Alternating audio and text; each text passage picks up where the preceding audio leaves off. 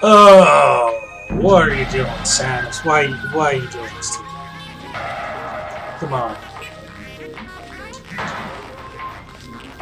You've seen it, Samus. You've seen this all before.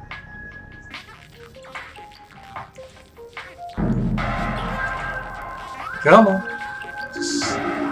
There we go. Okay. Hey guys, this is Mashiaxorus, and I am here playing Metroid Prime. This is an awesome game. I love this game. I have replayed up to the point where I was before because I missed a scan last session. I am going to show you that scan as soon as this game loads.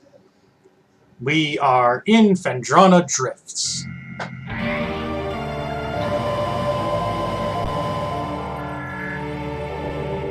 Okay, so as promised, we missed a creature last time, and it was the Hive Mecha. So this right here is the scan for the Hive Mecha. Mechanoid, Hive Mecha security unit programmed to work with predatory Hive dwellers. A design flaw makes the shielding on Hive Mecha weak around their access points. These units are second-generation combat drones, able to interface with organic units at a higher level. They train, shelter, and work with Hive-dwelling predators. Unarmed, they rely on their Hive beasts to handle any threats. So, yeah. I know, thrilling. But we did miss it, so... And yes, incoming scan data, predator activity, I know. Yep, Chapel of the Elders. We'll get there, game. Be patient with me.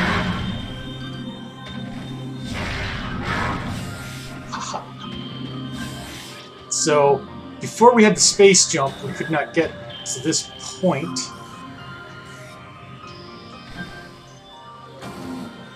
But now we can jump over here. There is a missile expansion in this tower, but we can't get it yet, so no point in trying. And hey, you remember these, right? Bomboos, specifically pulse bomboos. And scatter bomboos, too. I'm terrible at those things. Something I'm not doing this professionally.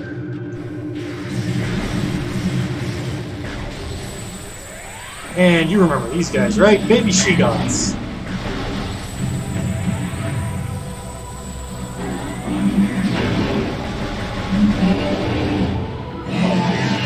Poor little guy. I always feel bad. This is new. Ice Parasite Scavenger with its crystalline outer shell. Parasites are hardy creatures, able to adapt to any environment within 3 generations. The Ice Parasite is a prime example. Having adjusted to a frigid climate, this vermin now thrives in it. Omnivorous, it can exist in areas hostile to most life forms. This is the only area that you will ever find ice parasites in. So you gotta grab the scan. Please. You gotta grab the scan when you're here. If you miss it, they don't go away, but some of them will be replaced with other enemies. So...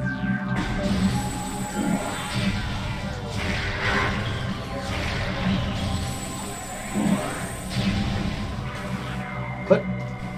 Okay.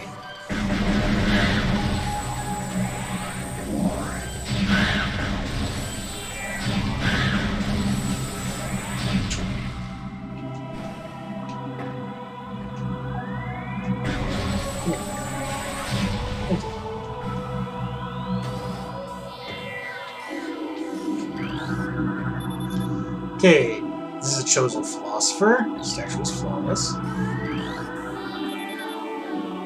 Warrior, flawless. Shaman, stress fractures. Architect, flawless. Okay, this depicts a bust of a shaman, and it says, "To pass my gaze, seek my twin within this room." Okay, this is shell of water, and a frozen statue. We will need to come back here eventually, but for right now, brimstone means that. And that's a morph ball slot.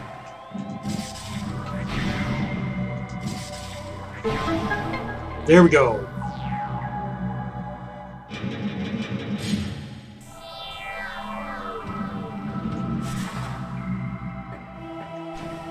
That is the thing we need to do in here for right now.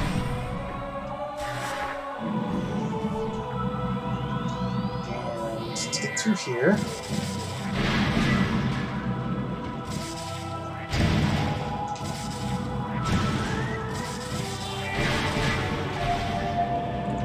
There we go.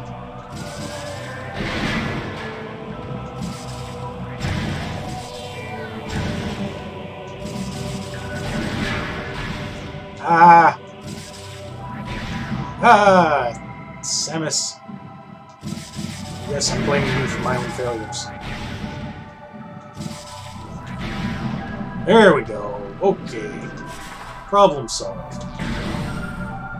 So, it's out of scanning range.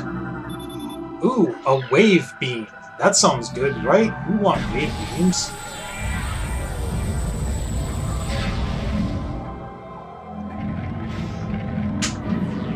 Oh, this is bad. You already have scanner that? Okay, it's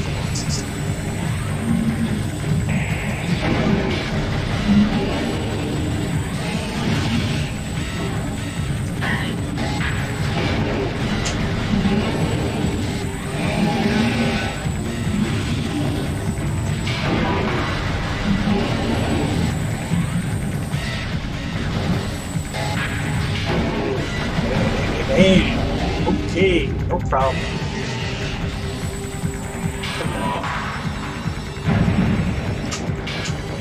Uh-oh. Mama is not pleased. Okay, this is the She-God, the adult form. Supreme predator of Fendron Drifts. Invulnerable to most weapons, crystals on their back absorb energy which they can fire and prey. They have poor stamina. They hyperventilate after using their breath attack, making their mouth area vulnerable. The soft underbelly is susceptible to concussive wounds. In battle, they expel blasts of frigid gas to ensnare their targets. They are also fond of ramming and trampling after this prey. So here's how you beat this thing. Wait. Jump over its breath and shoot it with missiles.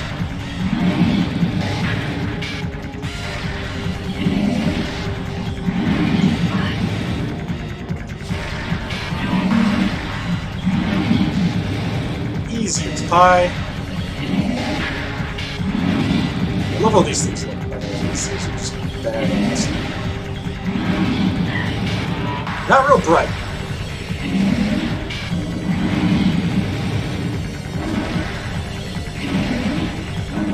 This is not a real boss either. This is a mid-boss.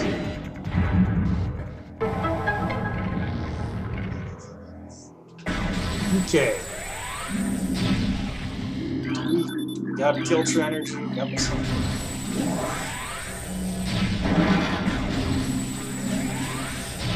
There we go.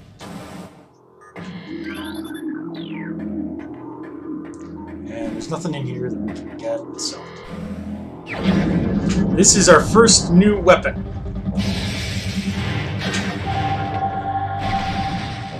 Well, I guess missiles and bombs. But this is the first new blaster. So this is the wave beam. It shoots electricity. Fully charged, it has mild homing capabilities. And since it's electric, it can damage electric enemies. I want to see... Okay. No scan on that. Oop. We gotta jump. So, now that we have the wave beam, Bombus are going to be much less of a problem. See, because now we can actually kill them. Yeah, come here.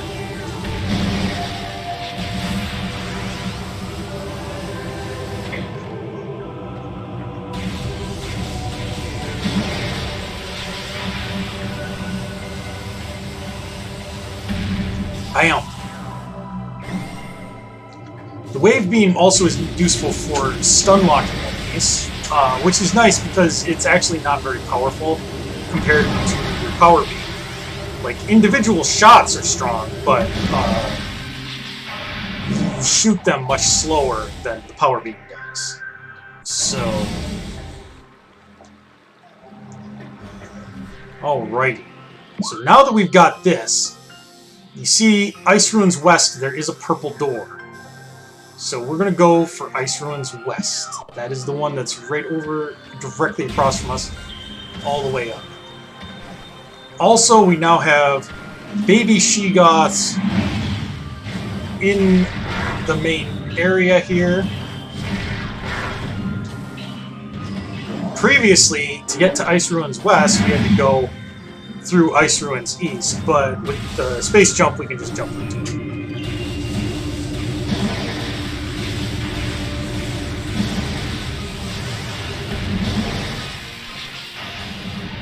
Bam.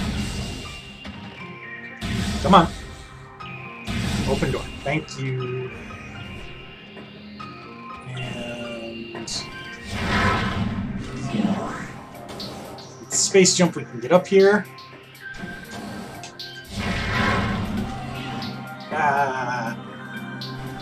With the space jump, we can fall down there and get annoyed by it.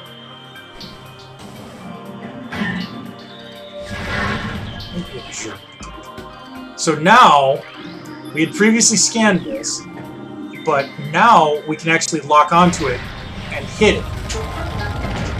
Which you have to do to open up the passageway that you need to get to. So, having done that,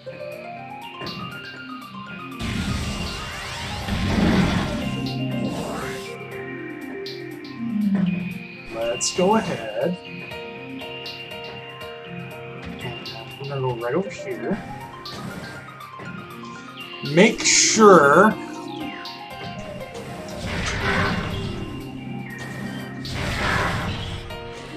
that you have scanned these shriek bats before coming up here. Because once you come up here,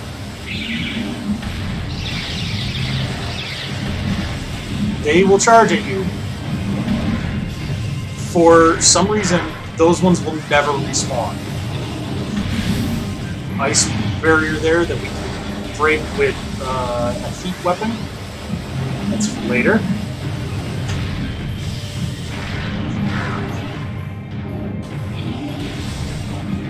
And now we're into a new territory.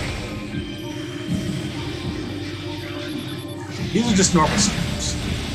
I just had to verify. I thought they were, but...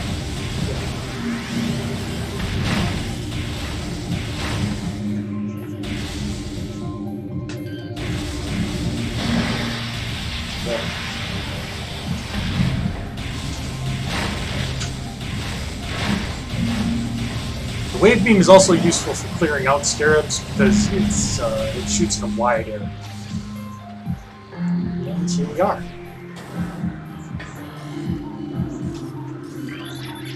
Stagnant spinner device. Let's go ahead and use it. Let's go ahead and use that correctly.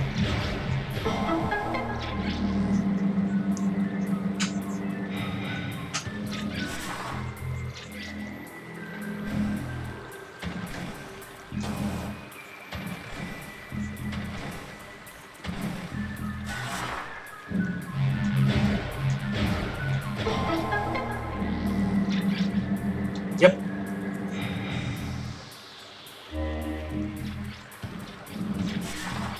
Okay, now it wants us to go to that bomb slot, which is actually right above us.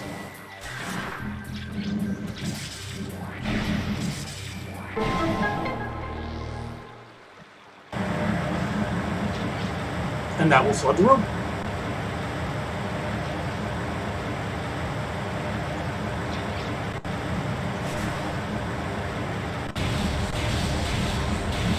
Now you may notice these flicker bats here.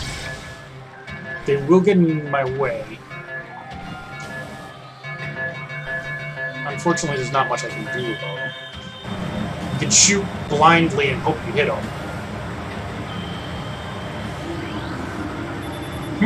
A Cordite statue. But we don't have any weapons that can defeat Cordite yet. So let's instead go to this. And what have we here? Schematics for Glacier 1 secure zone access. Personnel bound for research area proceed directly to checkpoint. Schematics for Research Lab Hydra access. To access Research Lab Hydra, proceed through the purple doors to the south. And this is, of course, the same station, which I am going to use.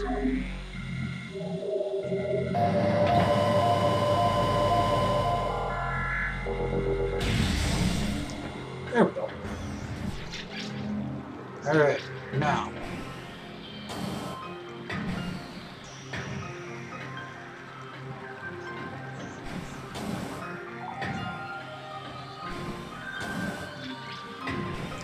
I think there was something else in this room.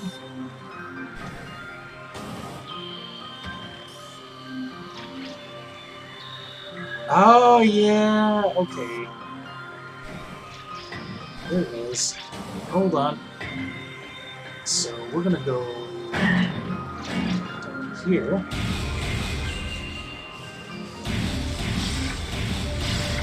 There. Oh.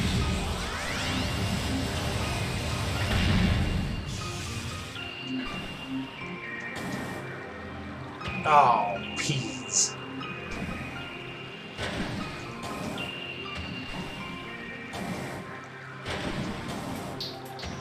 Hang on, folks. Just a minute. I just gotta get back up here and flood things.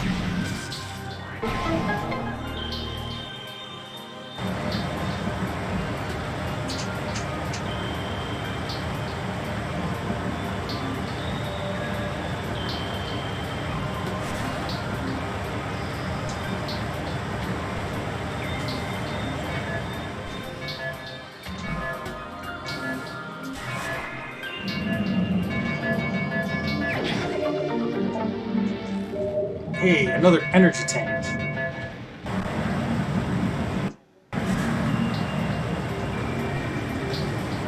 Don't worry, the water level will come back down.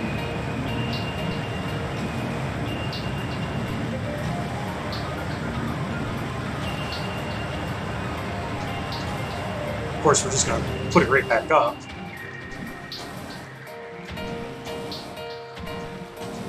We don't really need the water level up to get over there, but it's a lot easier if it's up.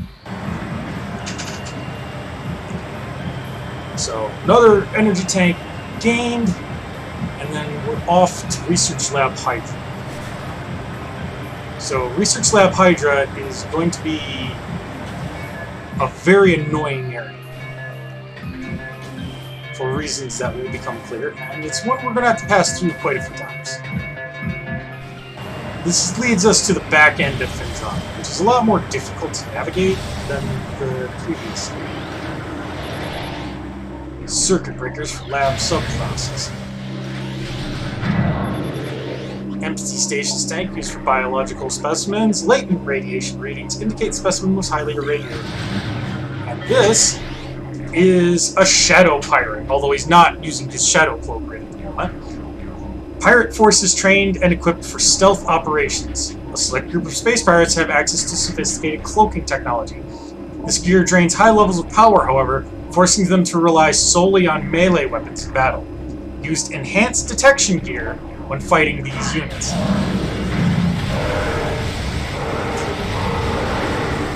And as you saw, a bit of stun lock happened there. Oh, that's where the turret controls were. Just more empty stasis tanks.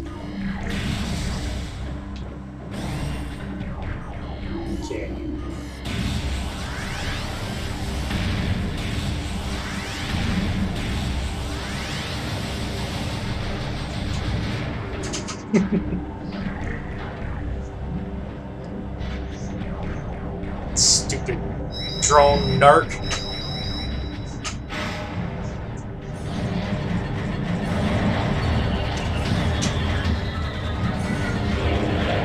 Okay, these are our first look at the Zebsian, whatever, the Space Pirates.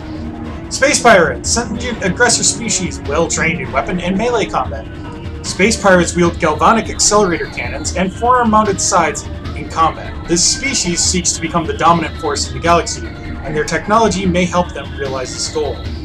Ruthless and amoral, the pirates care little for the cost of their ambition. Only the results matter, and they take these very seriously.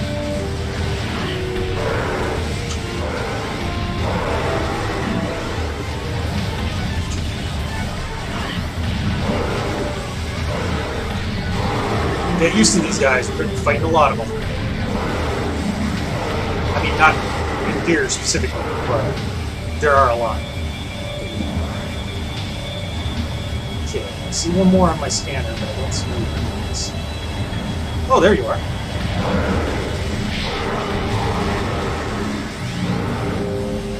There, doors are unlocked. In case you were wondering how you unlock doors after they're locked down by a security break, kill everything. Murder is our first and best option. That's the map station. Project Titan specimen is immobilized in quarantine cave. Relocation is recommended due to increased violent activity. Phazon ore appears to bind through Phazon energy. Well, that makes sense, doesn't it? Thermal imaging is required to detect the highest concentration of radioactivity, which serves to bind the stones together. Imaging research is being conducted in the containment vault area of the facility. Phazon ore is extremely durable and blast-resistant. Although the armor-like qualities of this shell provide ample protection, thermal imaging can be used to detect weak areas in the casing. Improvements must be made to the shell in the event that these weaknesses are found by aggressors. Aggressors being me, not space pirates. East Quarantine Cave is restricted to blue level security. Authorized personnel permitted entry only after bioscan. Give me your map data. I will have your secrets.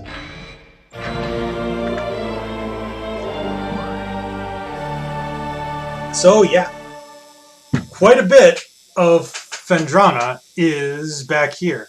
This is the Quarantine Cave, and that's ultimately our goal, but for right now, we can't even access it. So, we're going to need to head in the other direction. I love the machinery in this room.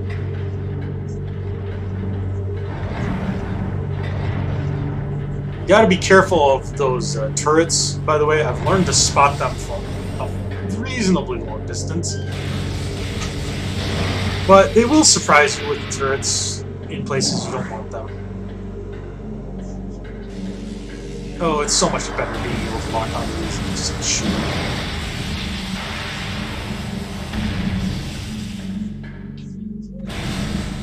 Okay. Access to Research Lab Hydra granted.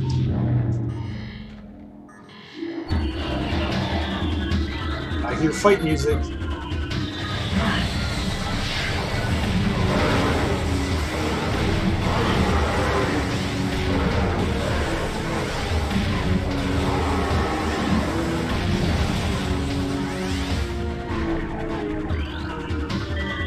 Ooh, pirate data.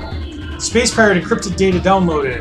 Log 10.344.8. We have codified the newfound energy source as Phazon, a V-index mutagen of which we have very little reliable data. Indications point to a meteor of unknown origin impacting approximately 20 years ago, expelling Phazon into the environment. This material appears to possess lifelike characteristics, mutating organic life forms strong enough to withstand its poison.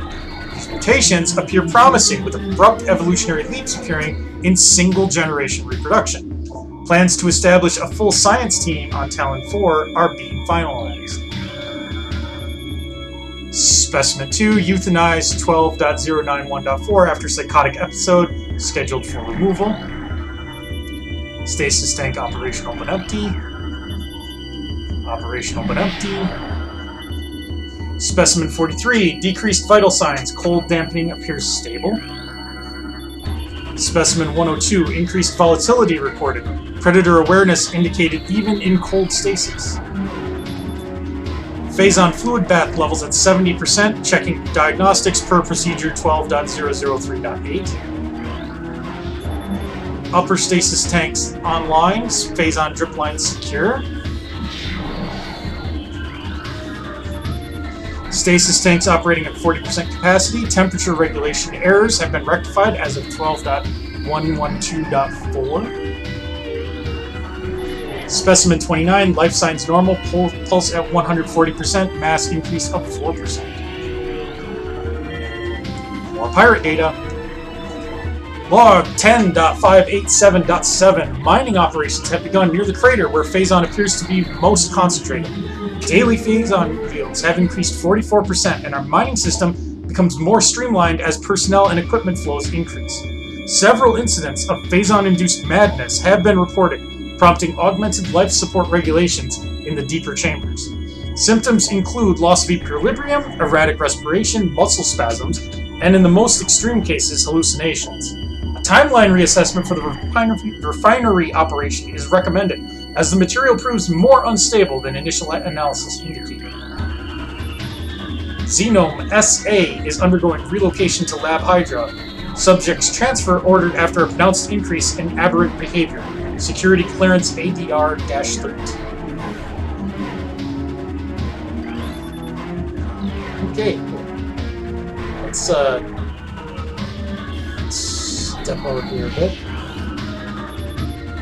Phazon infusion within central energy core of Xenome SA is at 70% saturation. Increased dosage appears viable. Pirate data. Log 10.712.1. Most terraforming and retrofitting of security checkpoints on Talon 4 is complete, but we continue to research the alarming epidemic of breaches by local creatures. Door records show no unauthorized entries, so we must presume the creatures are either slipping in undetected during daily personnel moves, or else finding their way in through subterranean tunnels. We have found many small breaches of this latter sort and plugged them wherever we can, but it is unlikely that we will ever achieve full extermination within our current timetable. Hey, that's 50% of all logbooks. We unlocked an image gallery, that's cool.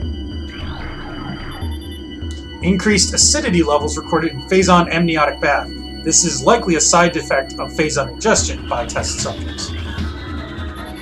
Ice beetle infestation in Ice Vault region has been 95% exterminated. Report any sightings to security immediately. We have not seen any ice beetles. Access to Research Lab Aether limited to Team Solera only. Personnel bound for Hollow Observatory must use West Elevator. I think that's all the research data. There's still enemies in here, as evidenced by the fact that it's still giving us the you're fighting things. It's like, oh, there we are.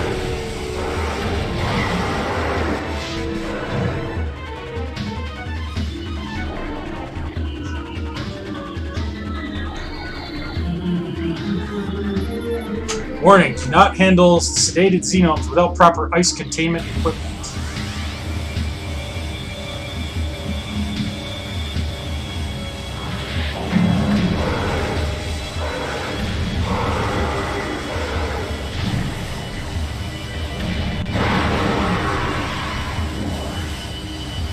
Oops.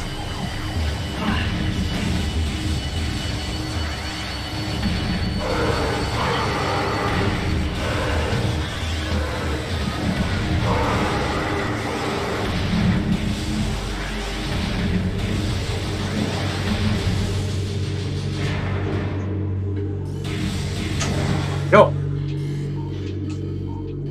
Now let's continue with the real important stuff in video games, reading lore. Xenome behavioral patterns show decreased reflex activity at temperatures below freezing. Prep work on all empty stasis tanks must be completed before specimen batch V or 5 or Y, I'm not sure what that character that's supposed to represent, arrives on 12.312.2. Transfer of specimen 344 to Lab Hydra complete. Further infusion suspending. Pending security analysis. Mutation strain 776V shows massive absorption capacity influx. Strain replication is now underway. Phazon batch 1734D shows mandible mutation across all subjects. Cross infusion with batch 1622G recommended.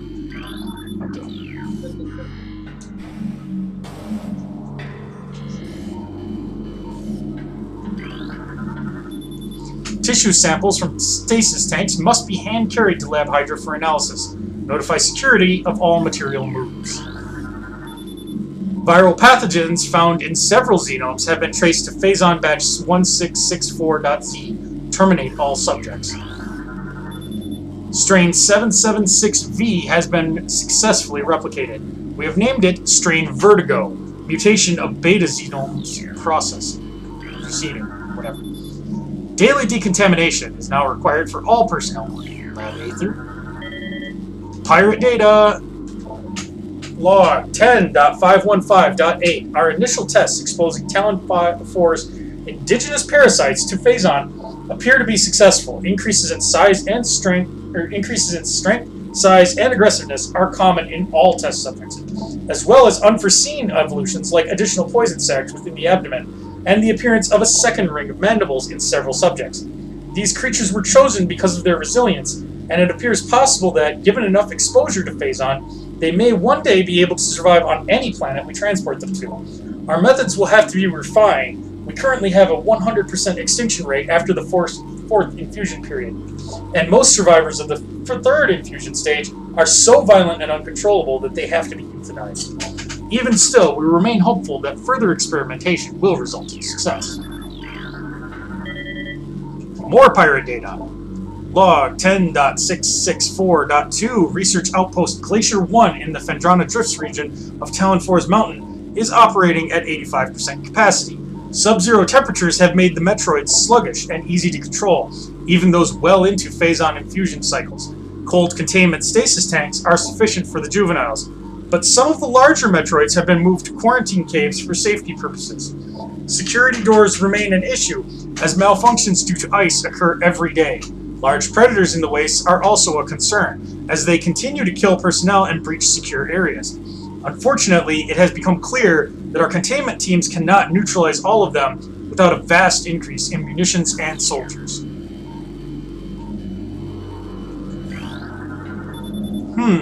Cordite casing of column appears weak. Specimen 070. Optimal absorption mutation has led to unexpected degeneration of internal organs. Well, that sounds bad. Folks, if there's one thing you should take away from this stream, don't let your internal organs degenerate. Practice safe sex. I'm sure that's what they intended.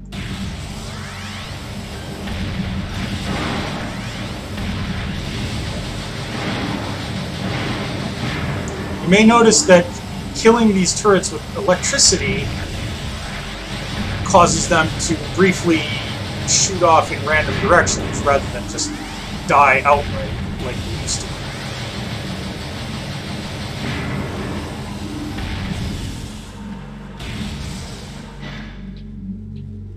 Open says me.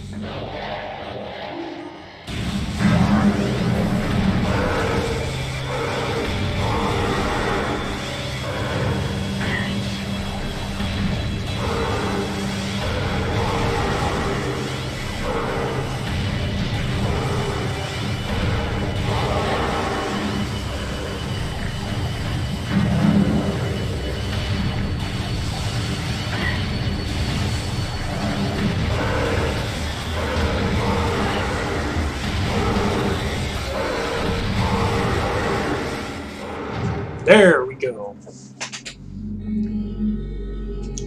And hey, main research facility located. Well, that's good. Okay, I'll get to that eventually.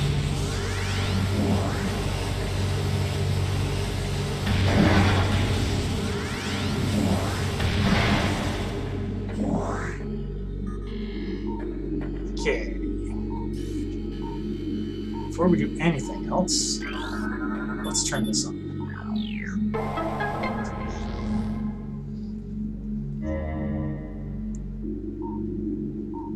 Yep, and I'll get to that in just a second, but we have more stuff to learn. Holographic spatial schematic is in lockdown per security directives 2.23.445. Oh, more pirate lore. Log 10.299.2 scans of the spiral sector detected a massive energy spike emanating from a Wanderer-class planet identified as Talon 4. Scout reconnaissance was immediately dispatched to the center of the spike, a landmass at heading marked 40.08.02, returning with planetary samples and atmospheric imaging.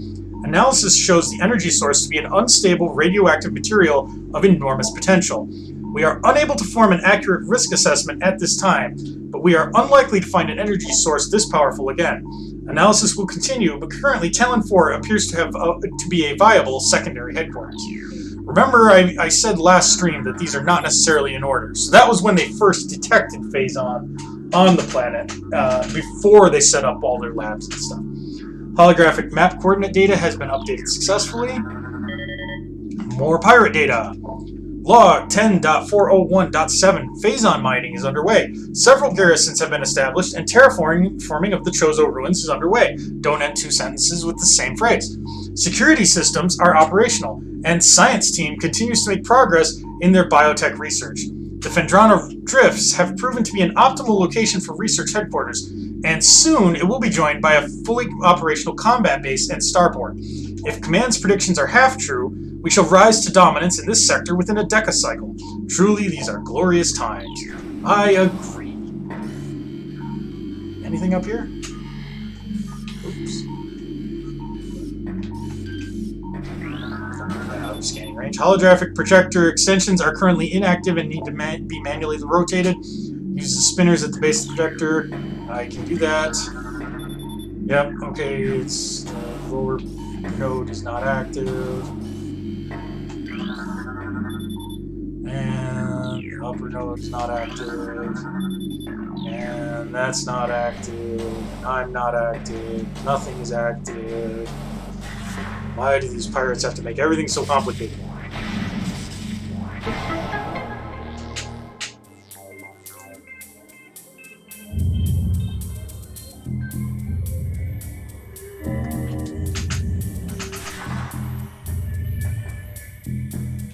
Okay, how do I get to that? Okay.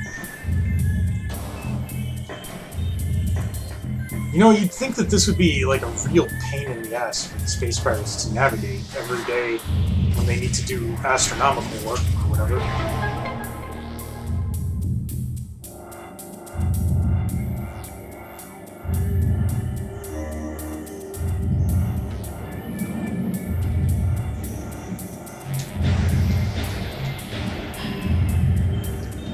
Okay.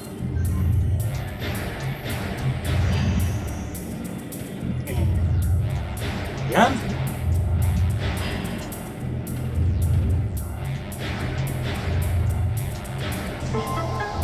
There we go.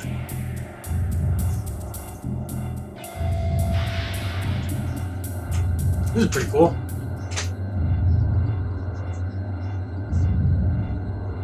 Oh hey, that looks like a thing. You know what I love? More freaking lore. Oh wait. Alright, new research. Planet Talon 4, mass 5.1 trillion teratons. Profile, ecosystem studies indicate that Talon 4 was a biological paradise prior to the impact of an extraterrestrial object. What remains of the biosphere is slowly fading due to exposure to Phazon radiation. At current rate of decay, Talon 4 will be a barren Class 13 wasteland in approximately 25 years. Planet Billium. Mass 3.8 trillion teratons. Oh, hey, Gory Guy. Welcome back to Metroid Prime. Or actually, I don't know if you showed up for the previous episode, but we're playing Metroid Prime anyway. Profile, quarantine, atmosphere is rife with Miteralis, a sentient gaseous global exterminator virus. Yeah, that's a good reason to quarantine something. Jesus. Alright. Planet Zebes, whatever. Mass 4.8 trillion teratons. Profile, planet's crust is primarily earthic ore, making it ideal for subterranean construction. A Class 19 planet, Zebes is inhospitable to most bioforms. The world was considered unremarkable until it became a base for space pirate forces. These are apparently in the same star system, which I find a little dubious, but okay. Planet, Twin Tabula, mass 4.1 trillion teratons. Profile, planet is best known for twin fever, a disease caused by a viral strain native to Twin Tabula. In the early stages of the disease, victims suffer from double vision. When the twin sight fades, the victim is near death. Makes sense. Planet Oromine 2. Mass 2.3 trillion teratons. Profile, an uninhabitable wasteland savaged by nuclear dust storms and constant seismic upheavals. So that's the system that we're in. Remember that Zebes, whatever, is the planet where the original Metroid takes place on. So Talon 4 is apparently in the same system as it. And we need to make it all the way up here. Easily done. Put Zebes. That's how I always pronounced it, Luna, but apparently that's not correct. Or at least that's what I've heard, is that it's not correct. Let's grab this.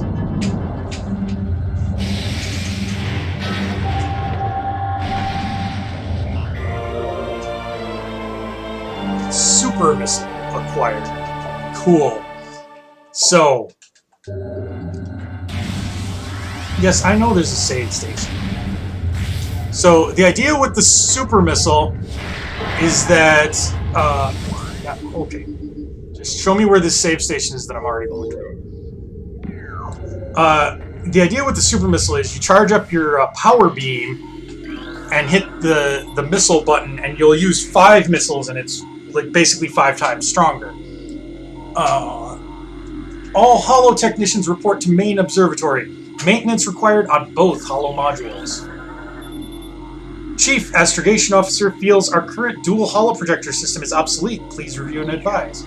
In answer to your question, Gory Guy, if you were offered $20 to date a girl, I wouldn't date somebody for $20. But on the other hand, $20 is $20. You know what I'm saying? So, you know, decide for yourself, I guess. But like personally, I would probably not do that. Unless I was already into them, and then I would take their money because I'm a bastard.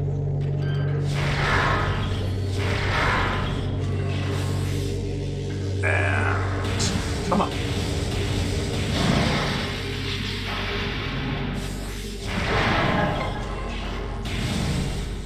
Okay.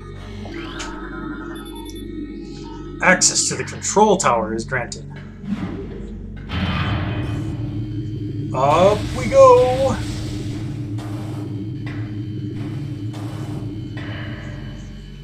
Ding!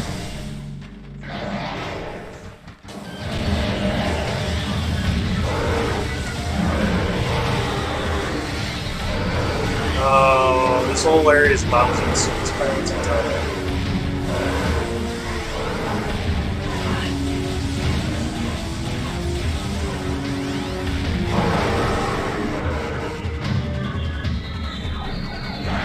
And here come flying pirates, which I believe I've already scanned. Yes, I did.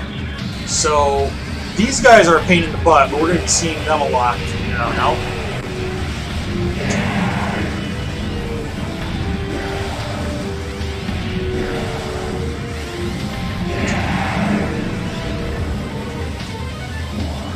do like to do that suicide. Ah, there you go.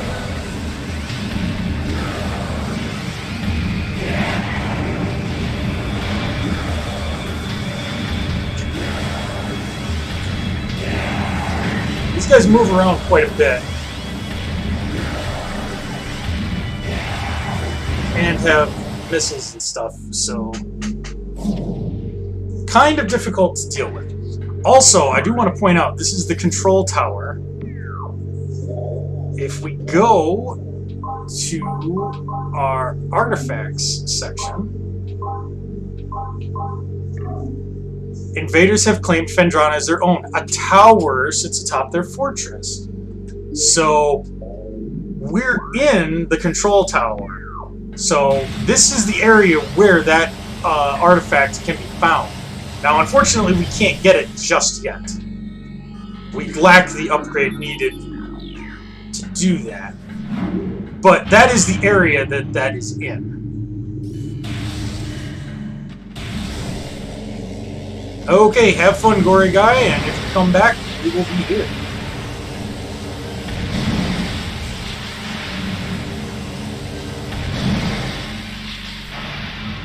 Blam, blam, blam. Shoot, shoot, shoot. Pew, pew, pew. Phazon infusion, stage 6. Subject Metroid BR5497. Subject's mass at 180% of previous Phazon cycle, increasing dosage by 4%. Stasis tank 8118, contaminated beyond acceptable safety standards. Removal squad requested. Just scanning these from a safe area, you'll understand what I mean in a minute. Metroid containment fields appear 100% effective after adjustments. Temperatures below 10 degrees centigrade will render Metroids docile. The hooked mandibles of the Metroid penetrate the skin of its prey and siphon pure life force energy. I mean, as they would, right? Oh, new pirate data. Log 10.891.0. The reconstruction of Geoform 187, codenamed Ridley, was recently completed. After his defeat on Zebes, whatever, Command ordered a number of metagenetic improvements for him. Though aggressive, we were able to implement these changes in a cycle. The metamorphosis was painful, but quite successful in the end. Early tests indicate a drastic increase in strength, mobility, and offensive capability. Cybernetic modules and armor plating have been added as well. We believe our creation, now called Meta Ridley, will become the mainstay of our security force, a job he will certainly relish. Samus no likey Ridley. Okay, log 10.444.4. Initial transfer of Metroids to Talon 4 research facilities has been completed. 3 were terminated in an incident at the landing site, but the others were pacified and transported safely.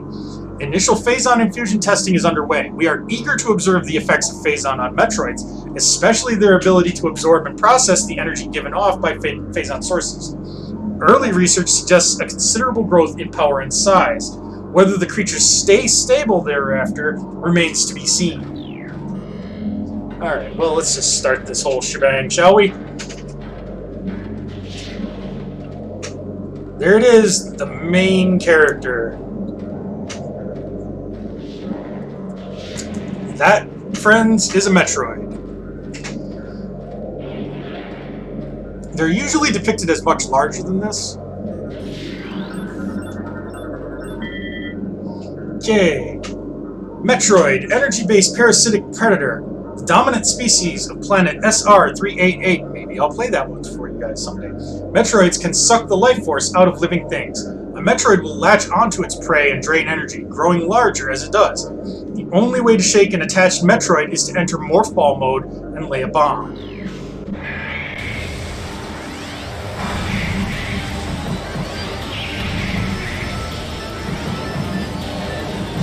And see, they get bigger as they take damage from energy attacks.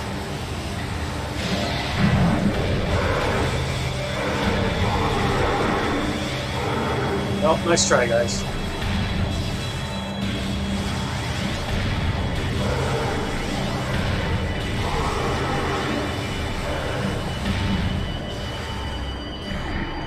There we go. Okay. Anything else to scan? Yes, there is. Internal organs of Metroids seem to be limited to nucleonic absorption cells and massive energy reservoirs. Metroid brain scans result in studies show accelerated activity in parietal lobe during hunting cycles at temperatures above 10 degrees centigrade. As established, 10 degrees or lower, and they become docile. Containment temperature stable at 3 degrees centigrade. Environmental diagnostics satisfactory.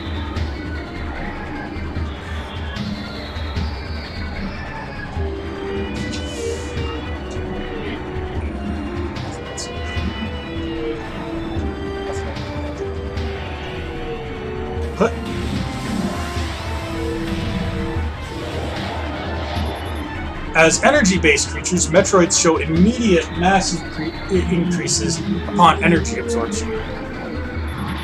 All guards must use ice containment gear when transporting Metroids. This includes sedated specimens and those pronounced dead. Oh, more pirate data.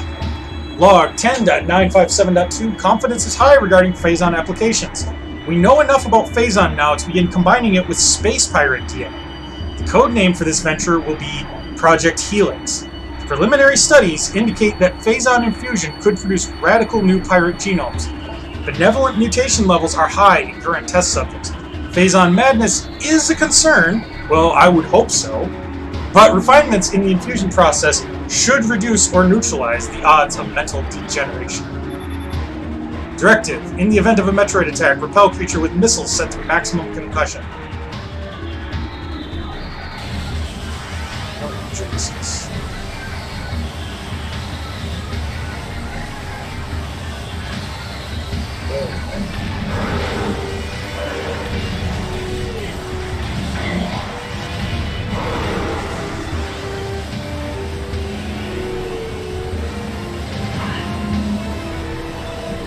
There's you guys.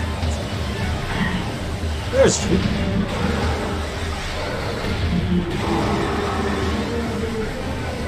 He's gone. No.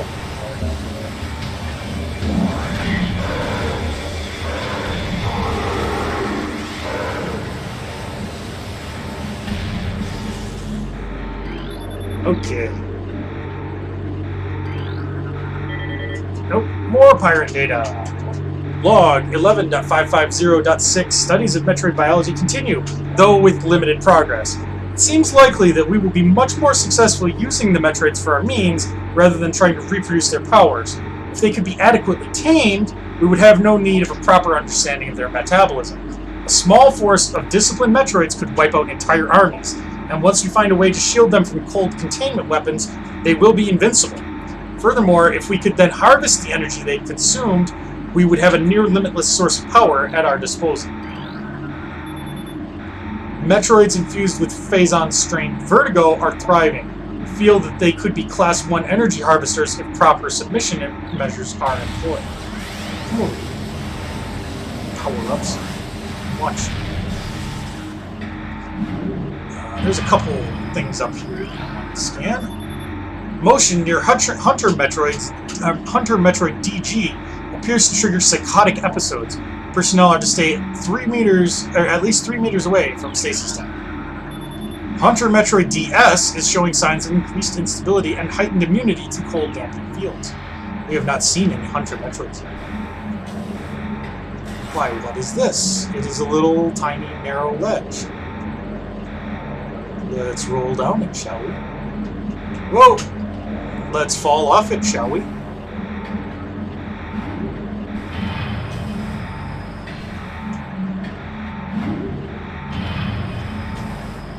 Let's try that again. Without the fuck-ups this time. Ooh.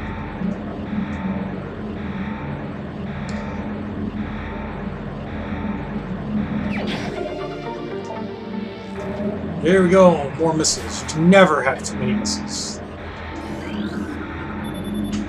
Empty stasis tank used for biological specimens. Latent radiation readings indicate extreme radioactive contamination. Energy tank. well...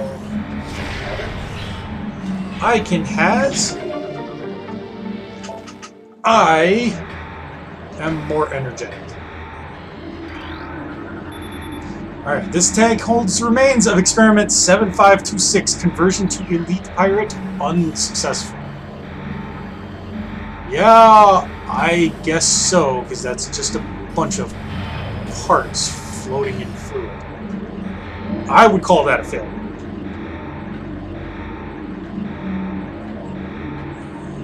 There's more stuff in here. Stasis tank C012 is contaminated beyond acceptable safety standards. Remove immediately. East Quarantine Cave has been secured. Specimen remains in the quarantine area. All experiments have been suspended, pending pacification of area. Quarantine specimen exhibits highly aggressive behavior. Its body structure, composed of phazon ore, appears nearly invulnerable. This has rendered our efforts to train and discipline subject useless. Good to know. Alright, log 11.420.7. Metroid dissection continues to provide more questions than answers. Our research teams have isolated the energy conduits that run from the invasive twin mandibles to the energy core in the creature's quadripartite nucleus, but the manner in which a Metroid actually extracts the life force from its prey remains an utter mystery. The victim does not lose blood or any other vital fluids, and yet the Metroid extracts energy. Identifying this energy is our central problem. It takes no physical form, and yet without it, the victim dies. We will continue to research this matter, as the isolation of this life-giving essence could be the key to our ascendance. So it's magic. Project Titan is suspended indefinitely. Security breaches resulting in massive casualties have occurred. Access is strictly prohibited until further notice. Project Titan, remember, is linked to the quarantine cave. That's the thing that, like, they can't train because it's made of rock. Is that an ice beetle I see? Well, I mean, it was. There we go. Ice beetle, burrowing insect with an ice-reinforced carapace. Averse to heat, I would think so. This member of the beetle family has adapted to life in the sub-zero temperatures in the Fendrana drifts, growing a thick ice shell over its entire body. The ice is extremely resilient, providing the ice beetle with extra protection and augmented digging abilities.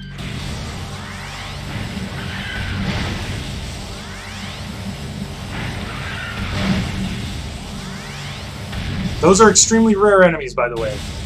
Not necessarily a missable scan, because there are other ones that respawn, but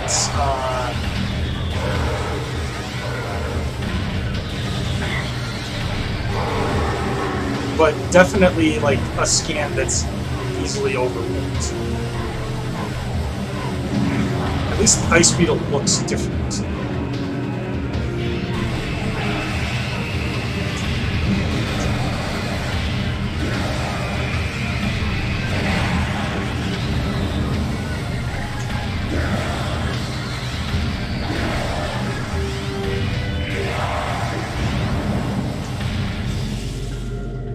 Okay, that was easy. Thermal visor interfaces will be sent to quarantine area. These visors will be useful for any personnel involved in transport of the unstable test subject there. Central tank control circuit connection terminated.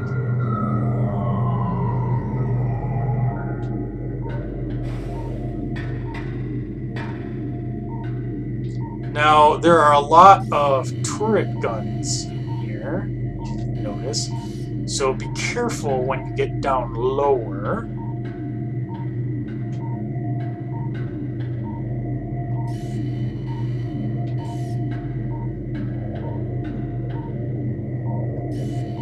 Also, lots of Metroids in here.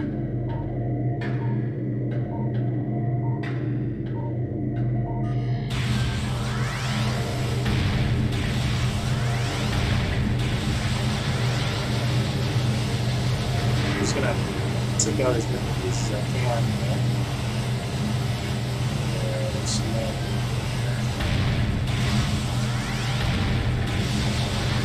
I want to say there's 3 total. But it's just... Thermal imaging software exceeding initial expectations. Combat applications are being evaluated by command. Field testing in Fendrana Fendrana region approved. It doesn't say Fendrana Drifts. Use of prototype visors by security personnel approved. Central tank auxiliary circuit connection terminated.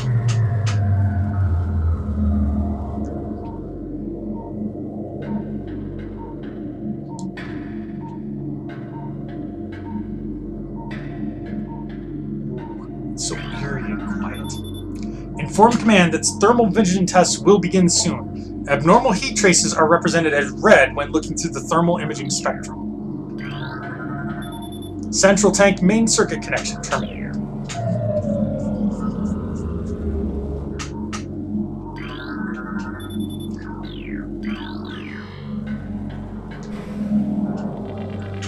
Here we go.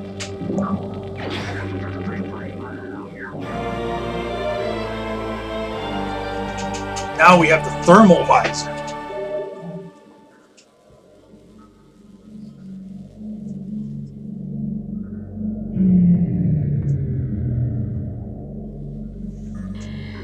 So this is the thermal visor. You may notice that everything looks like dog shit. These are shadow pirates. They can't shoot us, but they're actually invisible this time, unlike the one that was far before.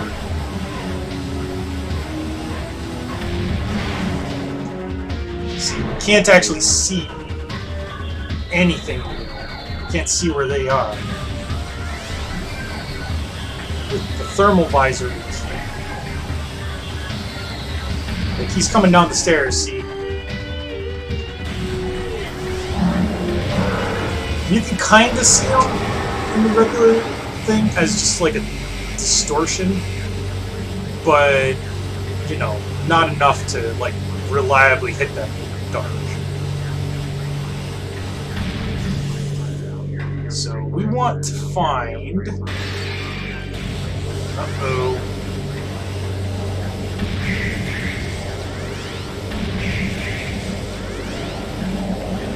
You can't shoot them when they're, like, mutated.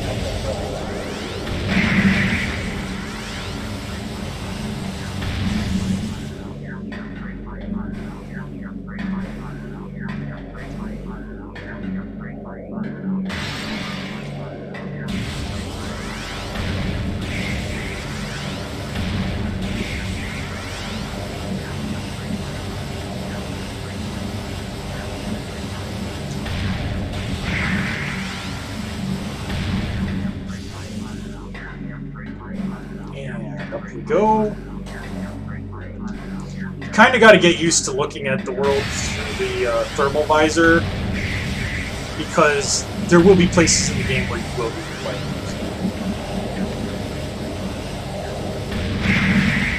And being able to identify things like, that's a space pirate, that right there is an electrical panel. When you shoot it, it gives you power to whatever.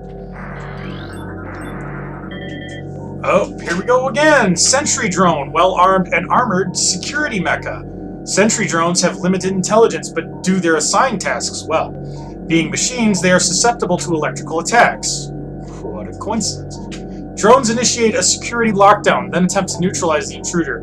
Their electronic warfare suit can scramble visor technology as well.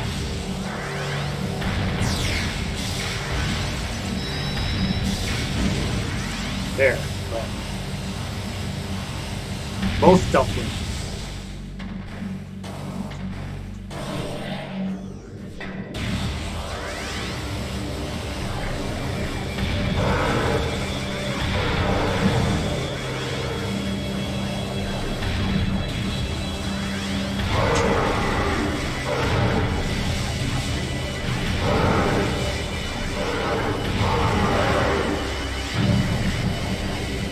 That's a turret in thermal imaging. They don't have a heat sink, so you gotta be extra careful and or just memorize where all of them are. Pirates, on the other hand, pirates are easy to see.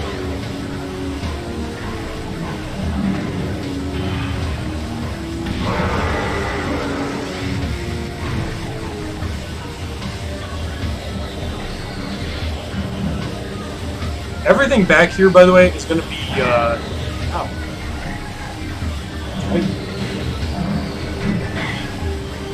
Oh.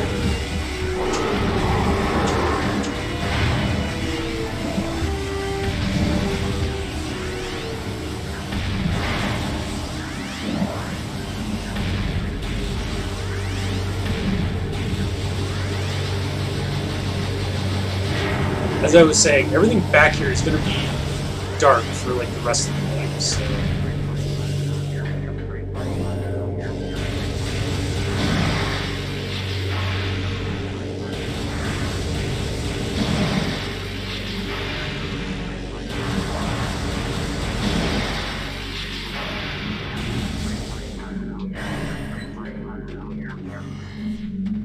There.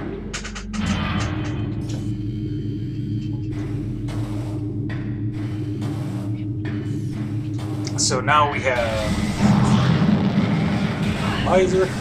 We don't have to fight these guys this time because the doors aren't locked. So we're just going to run for it. Because fighting them sucks. Fighting them does sucks. I take it Chozo ghosts? No, flying pirates. Oh, those are just as bad. Not really. Chozo ghosts are much worse. I haven't run into any Chozo ghosts yet. Hey, look who's here to say hello. Yes, Ash is always here to say hello. Nick? Alright. Give me my save points.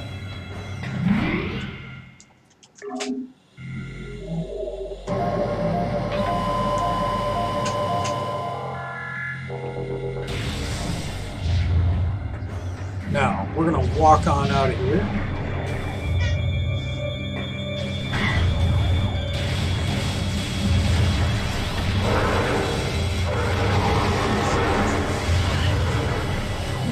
Just have to take the L guy for personal reasons. That must be dark. More security drones. These things you always have to fight because they will actually lock the doors, and you will be. They sound like the worst date. Basically. They invite you in, then they lock the doors. That's how we met. I love you.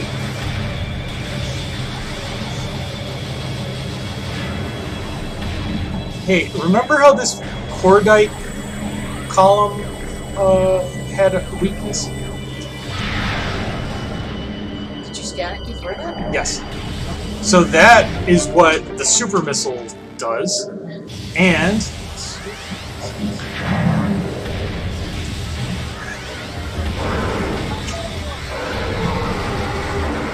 forgot shadow pirates.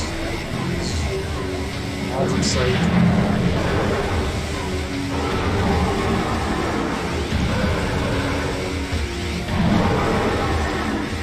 God, you're like Black Friday something's way to charge me. Yeah, seriously. Come on, I'm just the dork. Oh, don't rush me like that.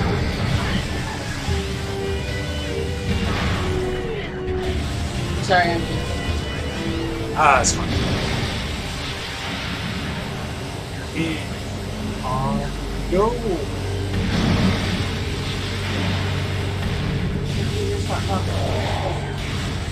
Probably for the best legacy.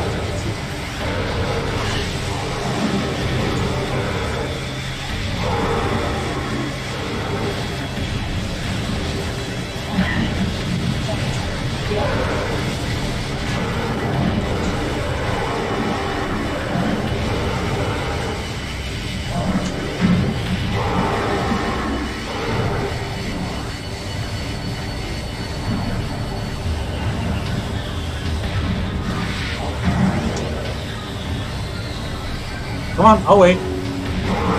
Which reminds me, we should toss some trivia stuff to Cosmo. We don't want our guests to get. Yeah, I mean, obviously. Okay, so we're finally out of that area. Yes, hello, Ash. Yes, you are cute. No, I'm not going to eat you today.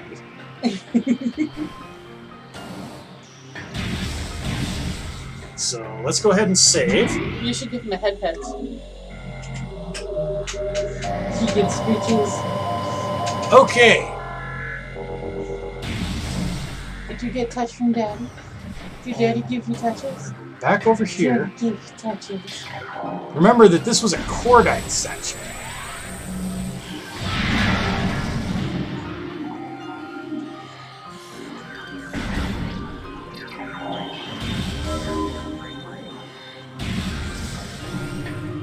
There we go.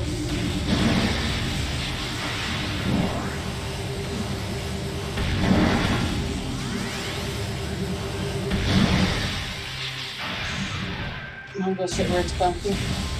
Okay, let's go sit where it's comfy. Okay, and we're gonna wind our way through here. Go see Daddy to the game.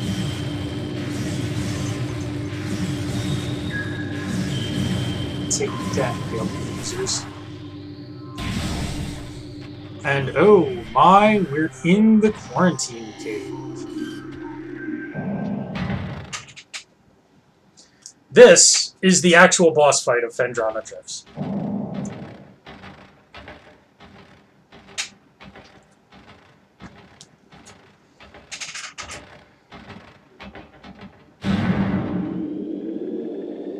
Remember all that stuff about Project Titan?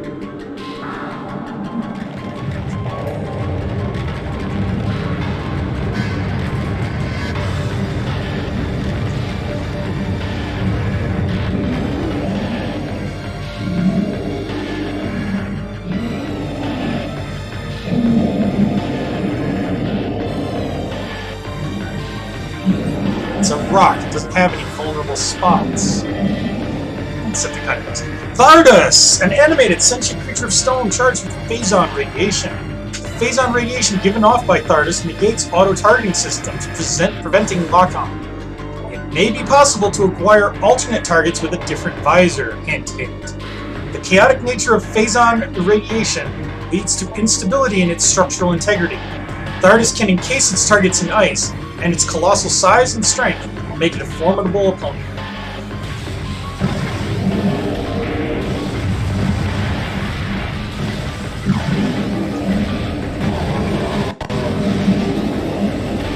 So basically, you just want to keep hitting the spots, the targets that your visor identifies, until that happens.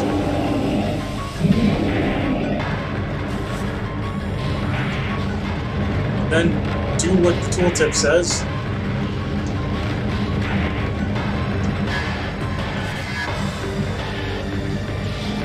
Okay, so let's stop.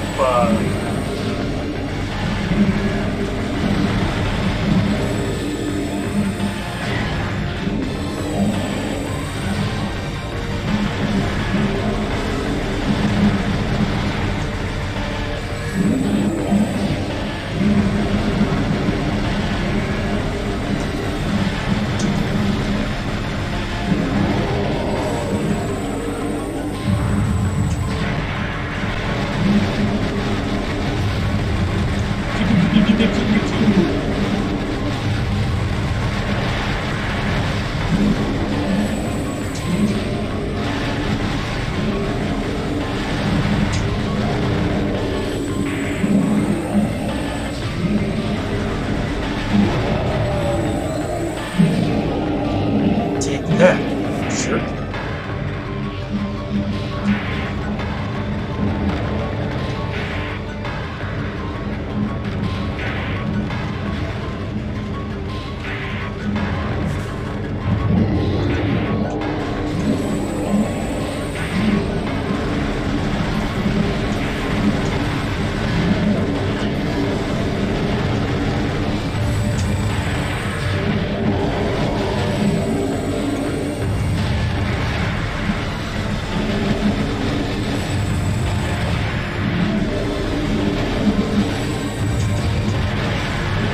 Come on, big ugly. Okay, so this is the halfway point in the fight, at which Thardas decides that you really should not be able to see anything.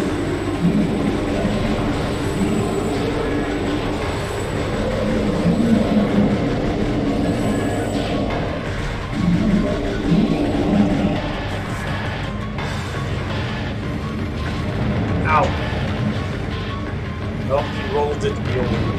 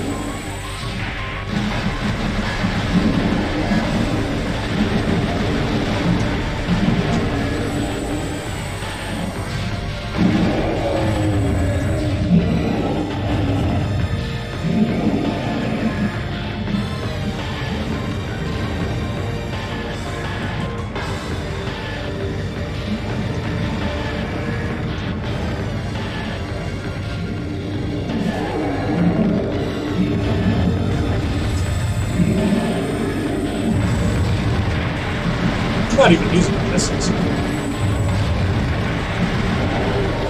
I totally could to make this fight easy.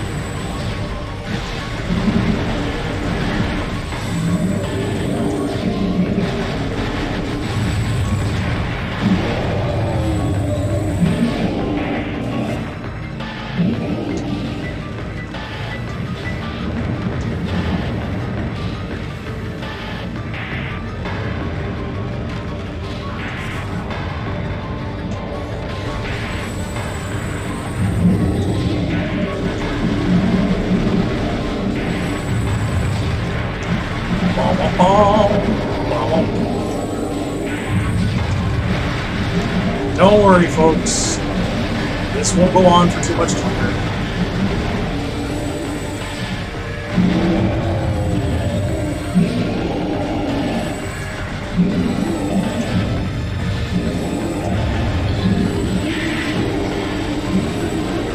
Now he sucks in all of his storm stuff, which doesn't actually do anything.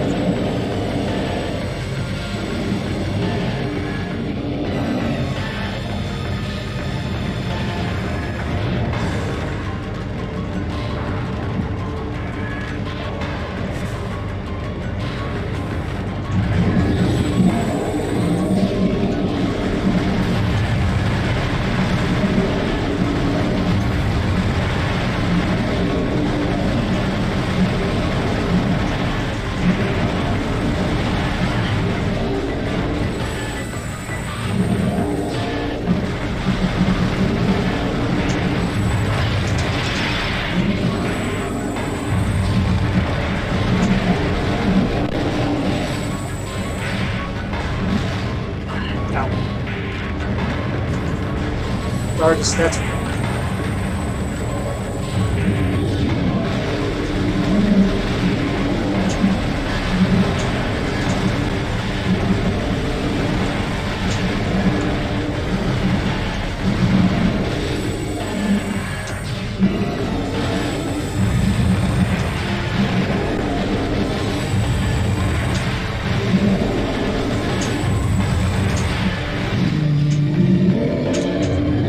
It's just that easy, folks. Catharsis is a boss that you'll probably struggle with until you figure out how the game works. It'll become a cakewalk. I love that little extra hit. Smacks her in the helmet.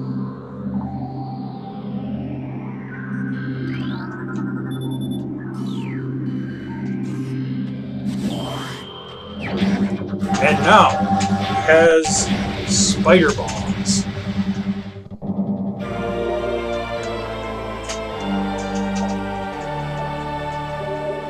So, spider ball is fun. Here's what it does. You hold the one trigger, and you can crawl along on these tracks.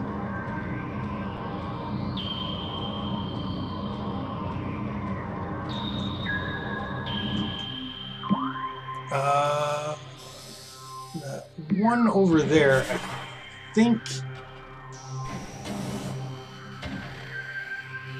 No. We can get to that.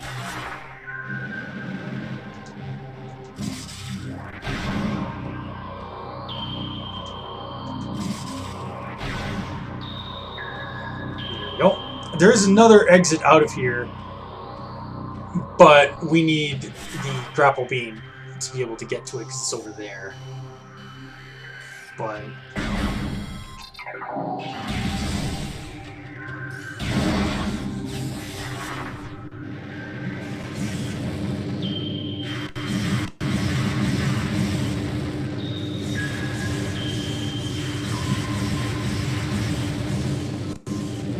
stupid bamboos. Okay, so there's a white door there. We don't have the ice beam. We cannot go through white doors. But we can go to Magmar.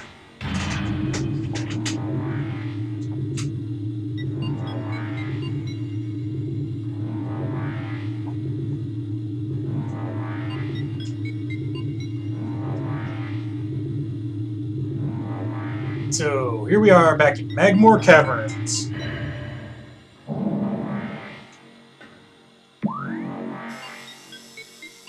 Nowhere near anything.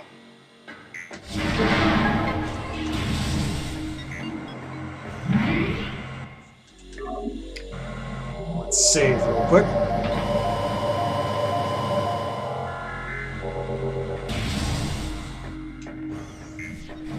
As you can probably guess, the ice beam is going to come in real handy down here.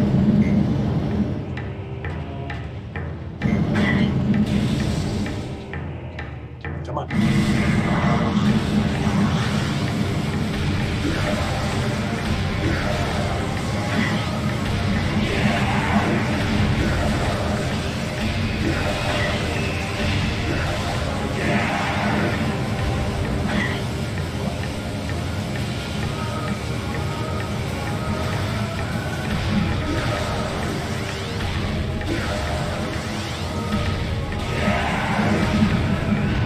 Ow.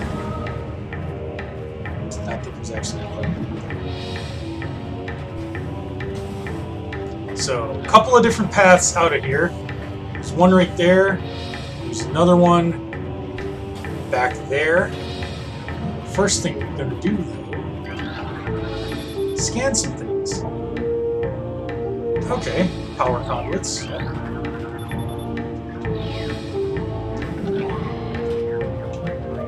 I can hit power conduits with the intricate lines. There's one.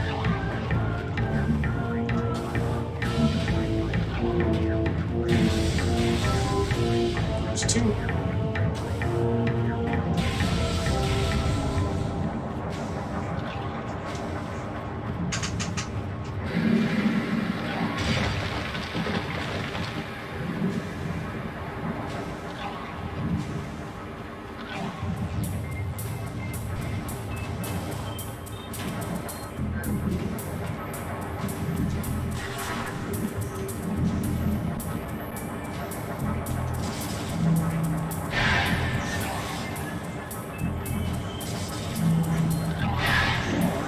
I think it was... Nope, not that one. Not that one. So obviously, it's this one.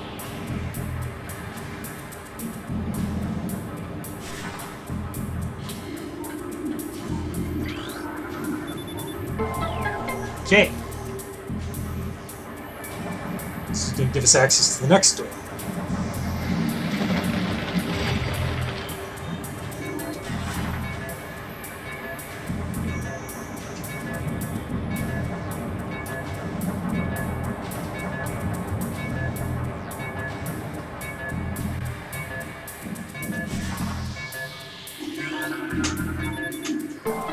And the last one.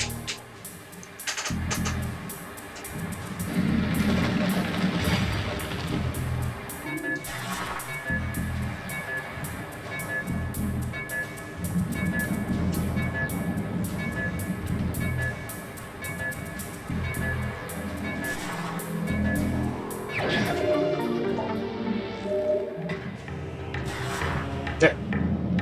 Another energy tank.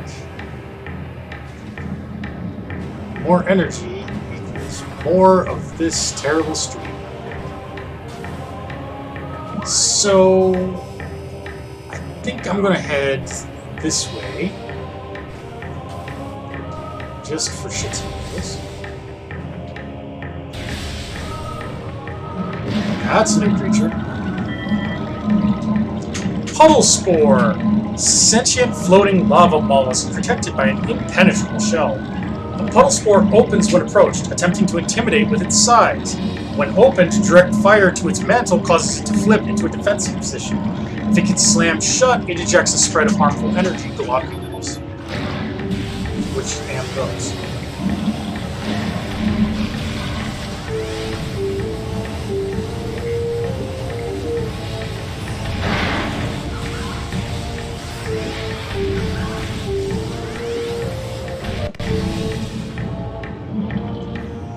What?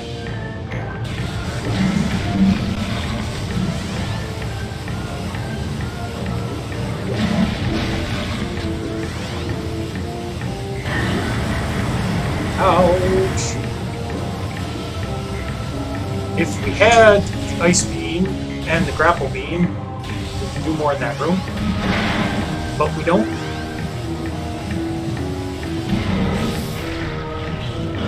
Magmar, heads up. Here we go.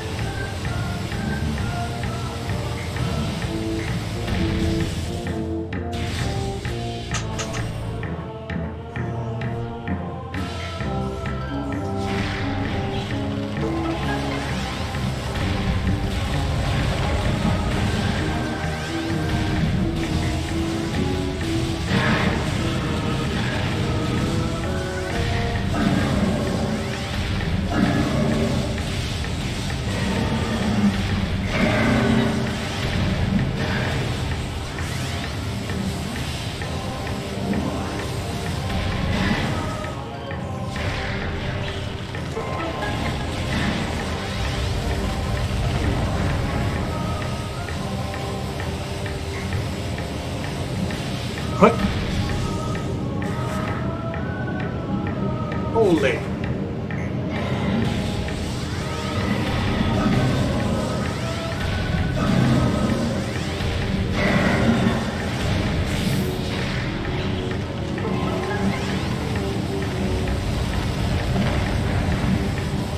Bang.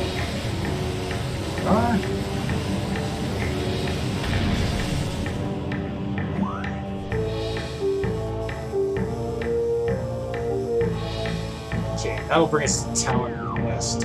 I'm gonna turn around.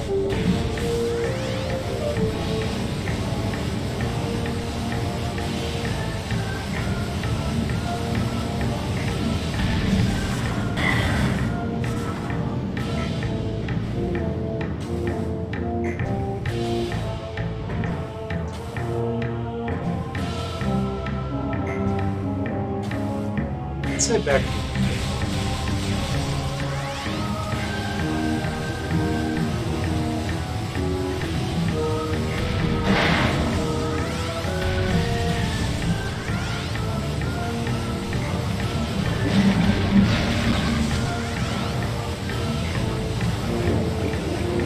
Hey.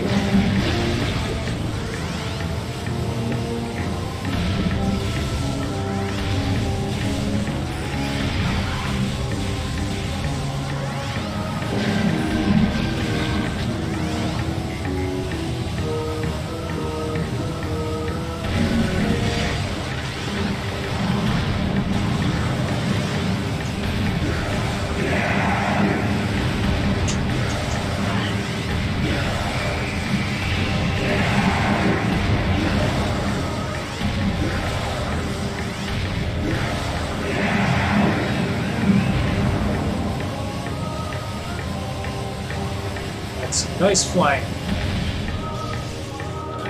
A plus.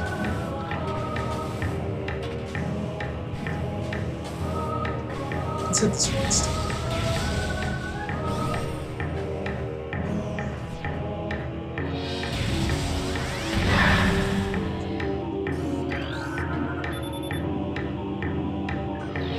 Ah, crap. Okay, never mind. I can't do this one. So I just wasted everybody's time.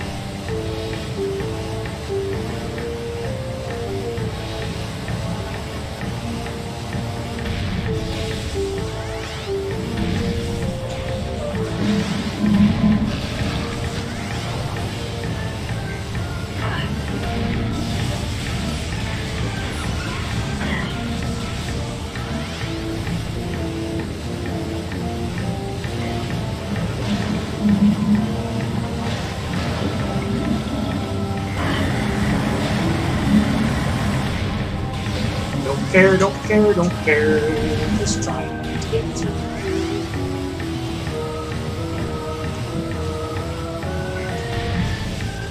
You know, one of the criticisms of this game was that it wasn't a very good first-person shooter. And I think that's ridiculous because it's not a first-person shooter. It's in the first person.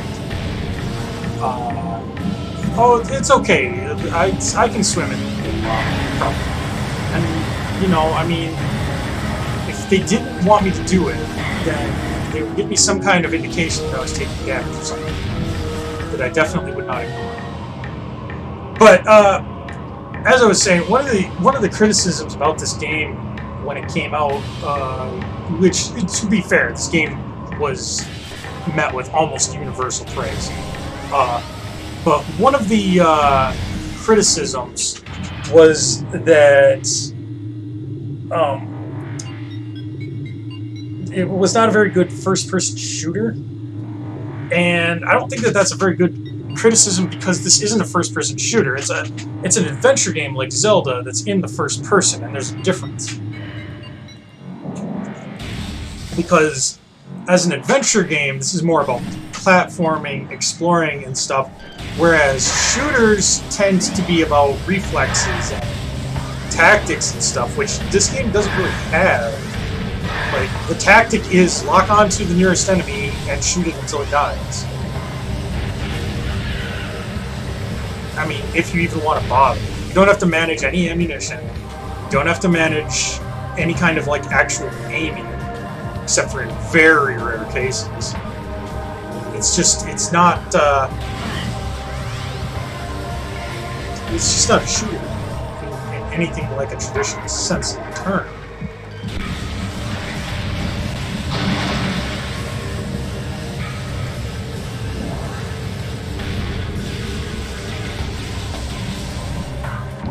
Okay, so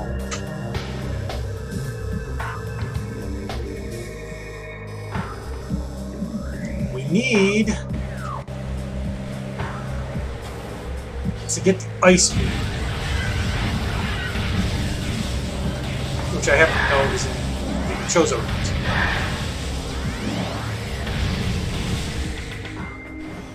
ruins. So let's go get the Chozo ruins ice beam.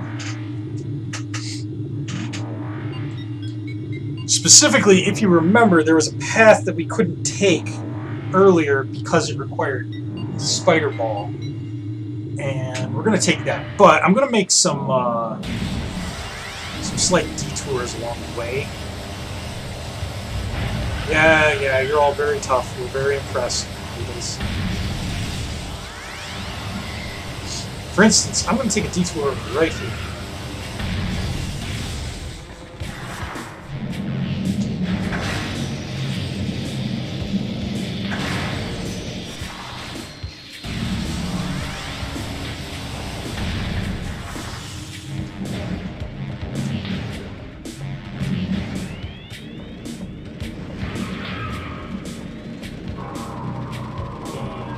We're going to go to this door, which we couldn't get to before, and even if we could, we couldn't use that.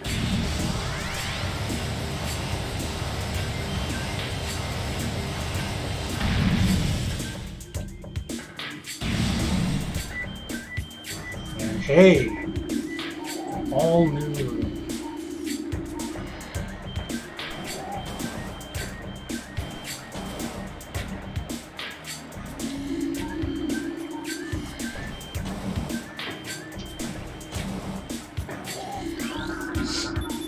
Okay, so these pillars are in danger of collapsing.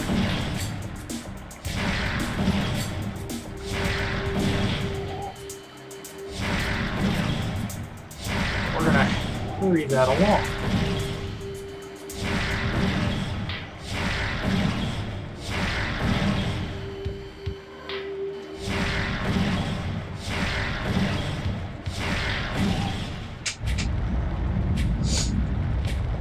Oh my.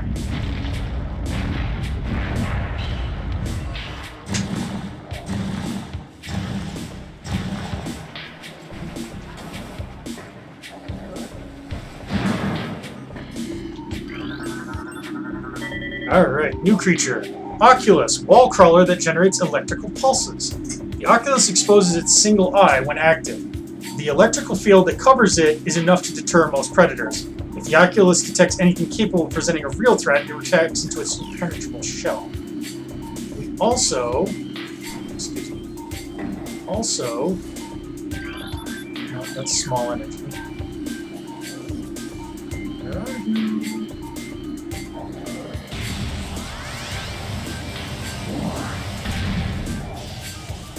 You're not gonna spawn anymore?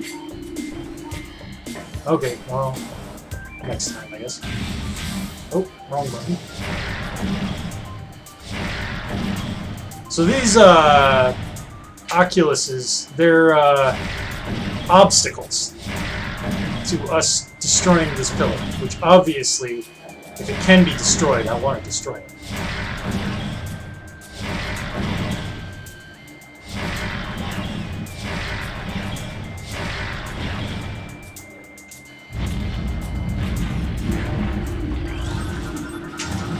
And this is an easily missable scan. Plated puffer. Mutated puffer with reinforced epidermis. Phazon exposure has created a mutant strain of puffers on Talon 4. They have developed plated skin, making them harder to burst. Concussive weapons can still do the job, however. The gas within the plated puffer is just as deadly as that within their cousins. So... those are really easy to miss. They only show up in this room, which is an optional room that's itself easy to miss. I think. There might be actually a... there might actually be a Chozo artifact in the lower parts, now that I'm thinking about it. Ah. Well, that's not making this any easier.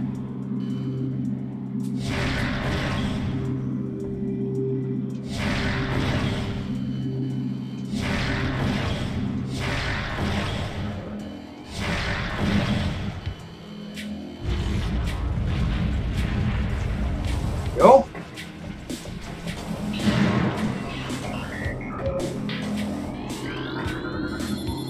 This is the Wave Buster. The Wave Buster we'll use a couple of times. It's the most useful. Well, the Super Missile is the most useful beam combo, but this one is really useful as well. We'll use it in a bit. But first of all, we need to get to that antechamber. Unfortunately, there's no easy way to get there.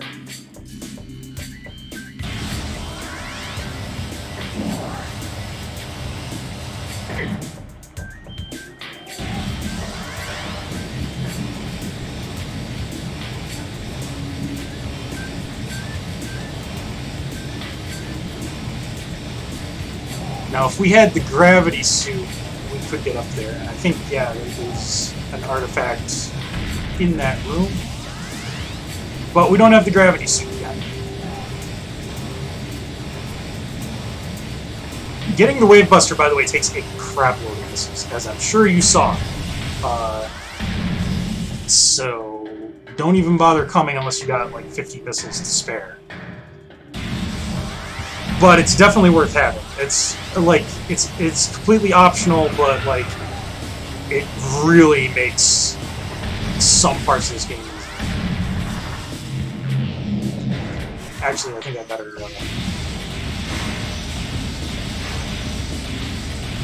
better do it this way so that I can maybe get some of those missiles back.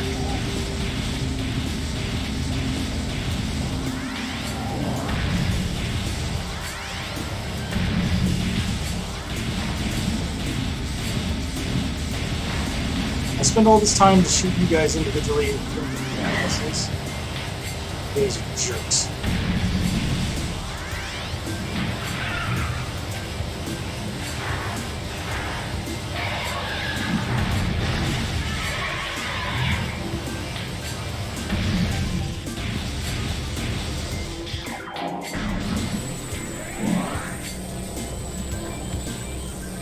I don't know if I can get that from this angle, so pardon me 1 second.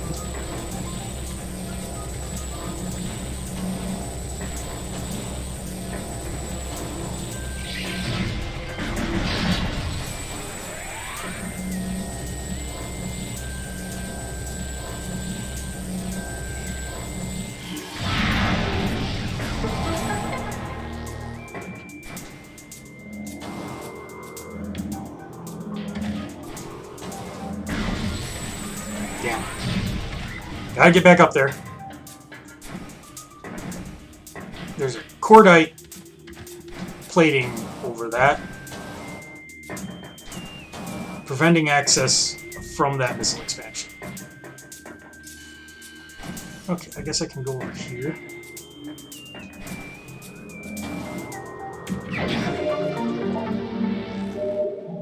There we go. More missiles. And I think actually we can get to the sun chamber through the back way now.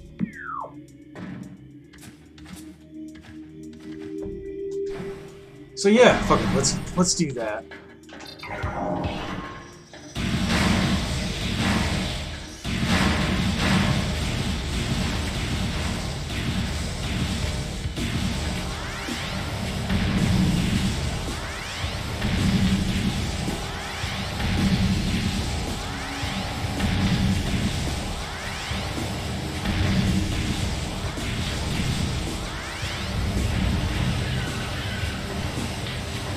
Yes, you're all big toughies. We're very impressed.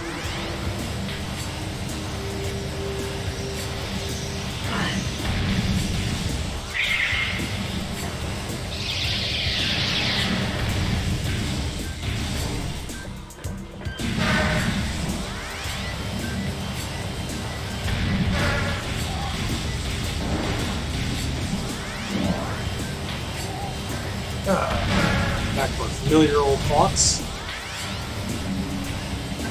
This again is where we fought the Hive Totem.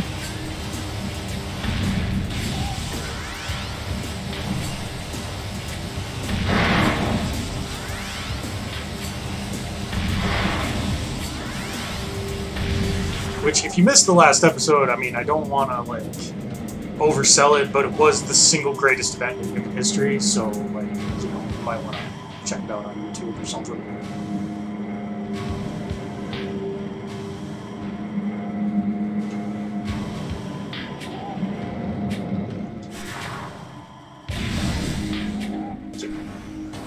Not taking that elevator. Now, we need to clear out...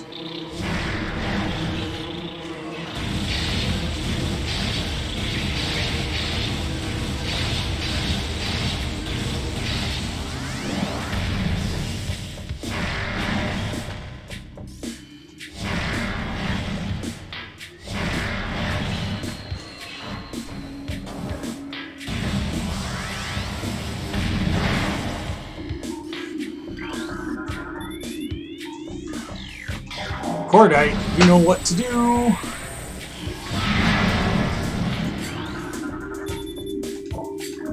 That's one runic symbol. Alright, yeah, blah blah blah. War wasp.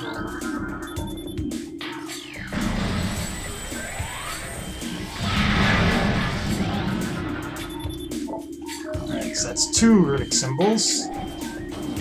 One of them. Three. Oh, I forgot to get this. Magnetic rail system track. In morph ball mode, press and hold R when close to this type of surface. Use the control stick to move the ball along the track. Release R to disengage from the surface. Caution, a morph ball bomb will briefly disengage the ball from the track. There's the last one. Come here. Okay. So that gives us access to this spider ball track.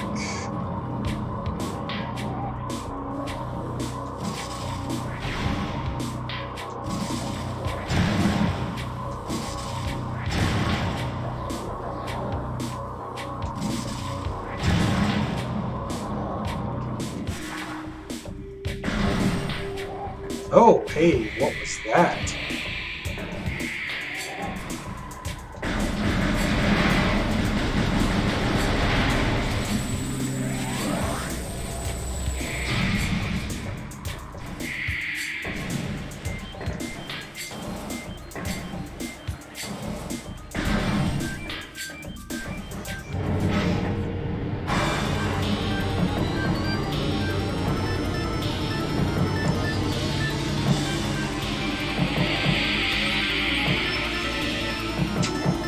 Aberration. Chozo Ghost. Spectral entity. Bioelectric field invulnerable to natural energies. As these entities phase in and out of existence, the only way to track them accurately is with X-ray scanning.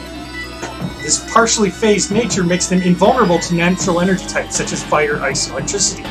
Their aggressive and erratic behavior is most likely due to the corrupting effects of Phazon in the Talon 4 environment. They appear to be drawn to Chozo religious sites where they wreak havoc upon anything that dares enter the area. So these are what Chozo are, but they're ghosts. And as the thing said, you can't track them without X-ray scanning, which makes them a pain.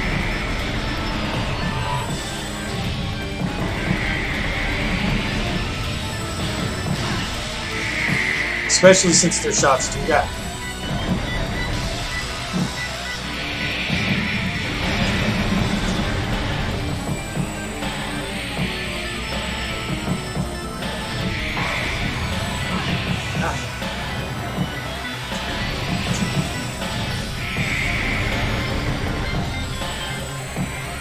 These things are a pain to fight.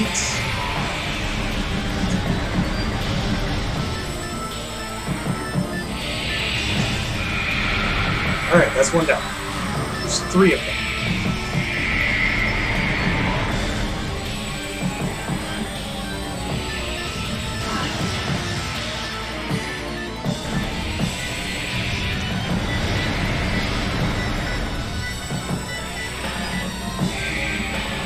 Pretty much the only thing you can do with these guys is just dodge and leave a lot.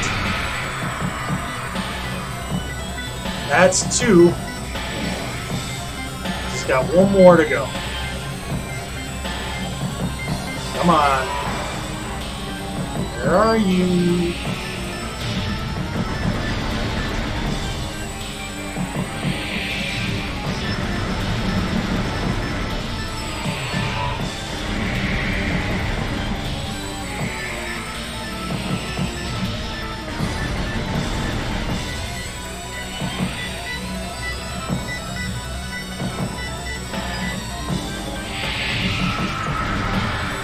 Bam. That's 3.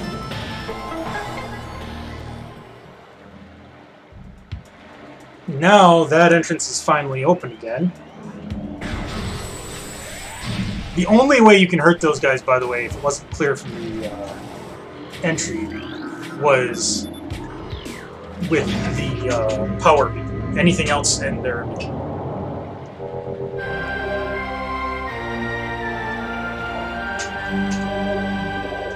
Okay. Another artifact down. We will need to find all of those eventually. We've got a 3rd one.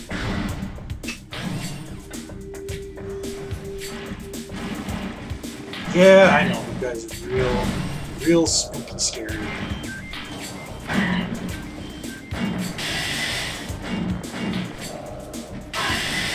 I'm just pretty much tanking these hits because it's faster. Nope.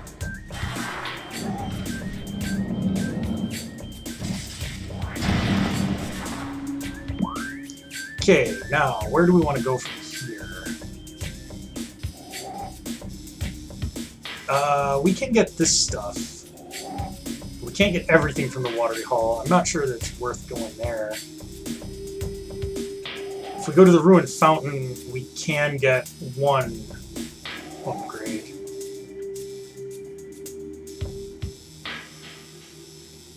We need to get to the furnace, though, so I guess we might as well go to the Watery Hall. Get that stuff. Was that... Nope.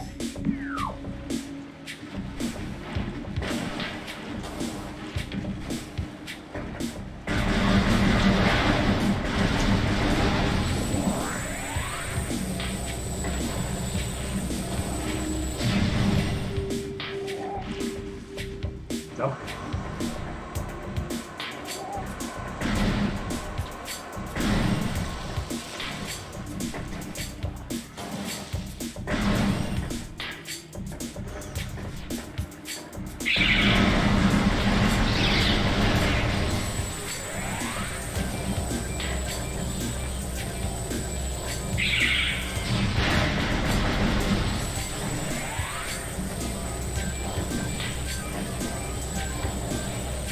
We need the gravity suit to get everything out of this room. But for now,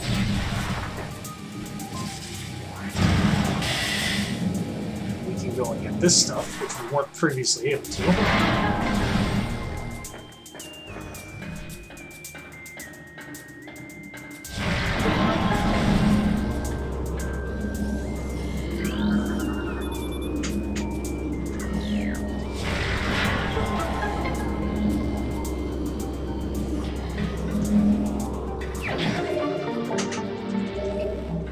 Another missile expansion.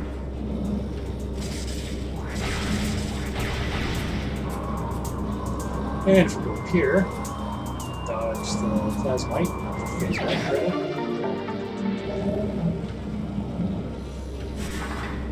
There. 2 more missile expansions. Which I think brings our total up to around 90 or 100. Come on, door.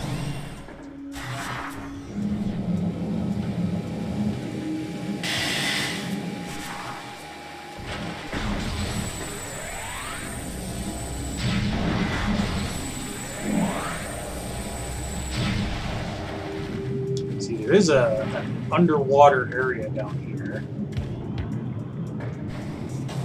But we can't get out of it. We need the gravity suit to be able to get up to that.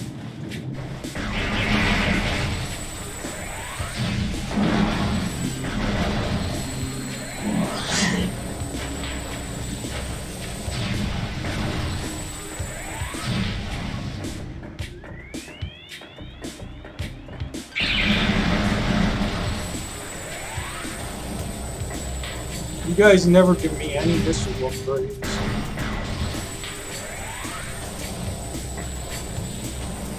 With space jump, obviously, it's so much easier to do this. Skip large portions of it.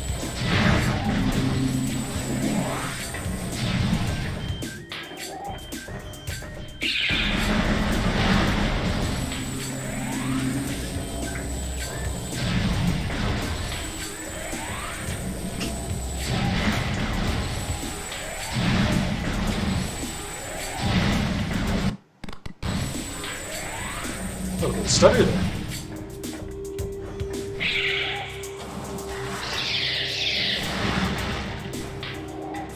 That is duck and cover. We're all familiar with that tactic. But now that we're up here,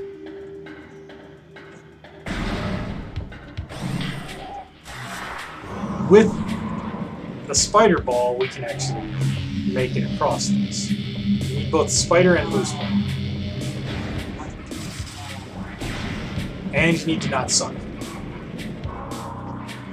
Obviously, one of those factors is working against it. I guess you don't need the boost ball. I might be thinking of a different area. So we were here before.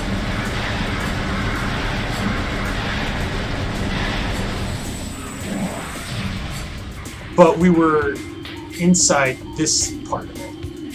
Now we can get to the main portion of it. Vandesium portion of the floor is weak. We don't have anything that can deal with that. Oh, another new creature! Plated Parasite, hardy member of the Parasite family, invulnerable to most weaponry. Cousin to the Parasite, these creatures are known for their amazing resilience. Field studies suggest a weakness to morph ball delivered weapon systems. So basically use bombs. And more Chozo lore. The cries of this dying land pulled us from our dreaming state, and now we Chozo walk as ghosts, while the great poison sinks into the trees and waters, devouring all life. Some creatures survive, but their forms grow as twisted and evil as the forest that fell from the sky. The heart of the planet will succumb soon, and so will we, even in our ghostly states. Already many Chozo have faded and passed into the unknown. The great poison is unlike anything we have ever glimpsed in this or any dimension. It eats relentlessly, worming out life wherever it blooms and corrupting what it cannot kill. It will be our undoing. Our last hope lies in the cradle, the temple we hope might contain this abomination. It is almost complete, hovering over the impact site, the dark heart of the spreading evil. If we can finish before the last of our kind drifts into madness or death, there is a chance for this world. If we fail, we are doomed with it. So that's interesting. Now, if we had the ice beam, we could go through that door, but we don't have the ice beam. So we'll instead go through this door, which is a hole.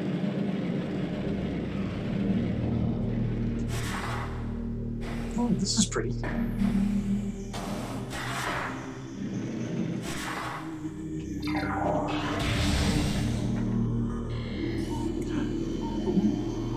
Ah.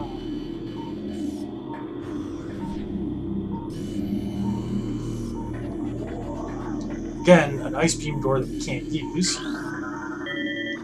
More Chozo lore.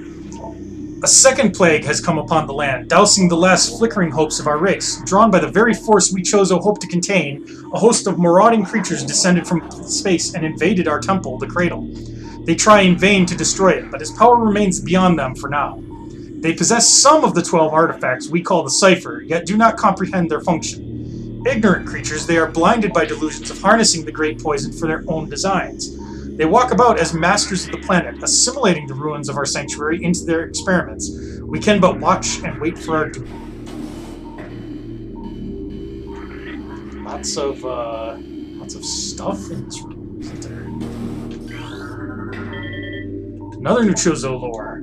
The prophecies tell of the coming of the worm. Born from parasites, nurtured in a poisoned womb, the worm grows, devouring from within, until the world begins to rot.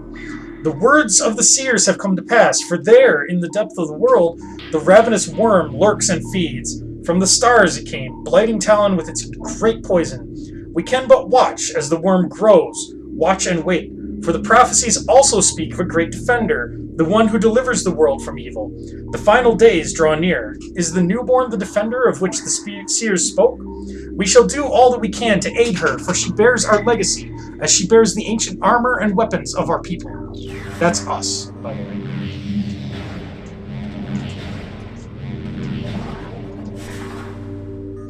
And this one we still haven't got. The hatchling walks among us. Are these dreams, memories, foretellings? Time and reality swirl together like estuary waters, and we Chozo know not what to believe.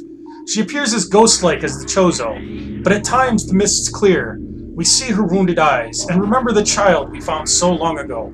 What has she become, this newborn? Clad in Chozo armor, wielding weapons our hands once held, does she dream of the Chozo as we once were? Does she long for her parents, lost to the same creatures that even now defile our sacred home? Does she still live? Yeah, I agree with you there, Luna. It's quite a feat of engineering to make bird-person armor that perfectly fits a human body. Okay. It seems to me... Oh, hello.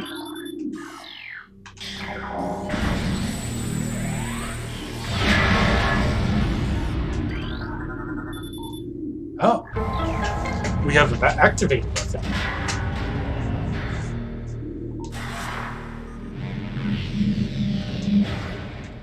No, not out sense.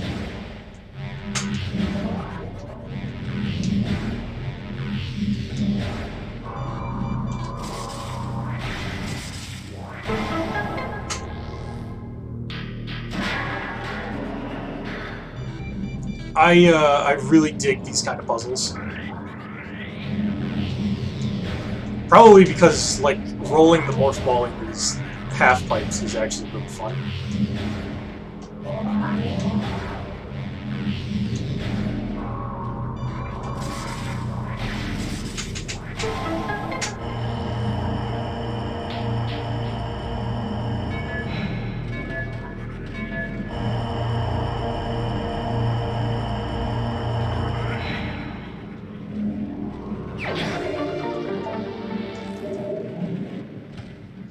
And there we go. But we do need to roll out of here.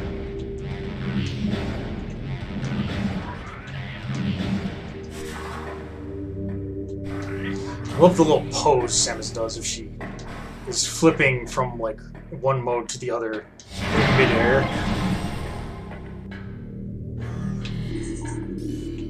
Nothing to say about that? Okay. Only the holder of 12 shall face the worm.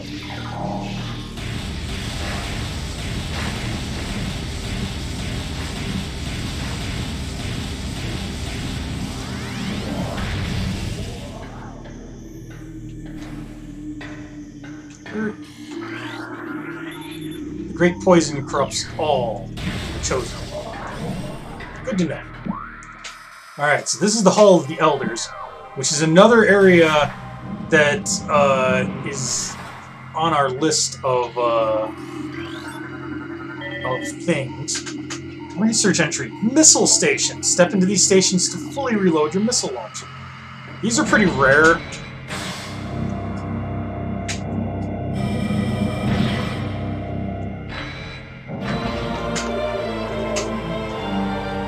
So, 105 missiles, that's not bad.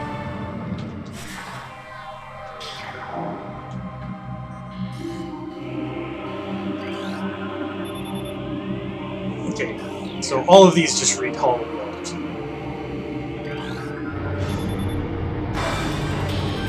Okay, according to Chozo lore, these statues serve as the watchful guardians of tombs and shrines. Its outstretched hands are empty as if awaiting an offering.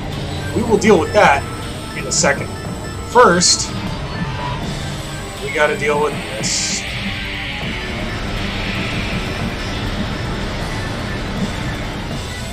Usually, these won't lock down rooms, and you just run past them.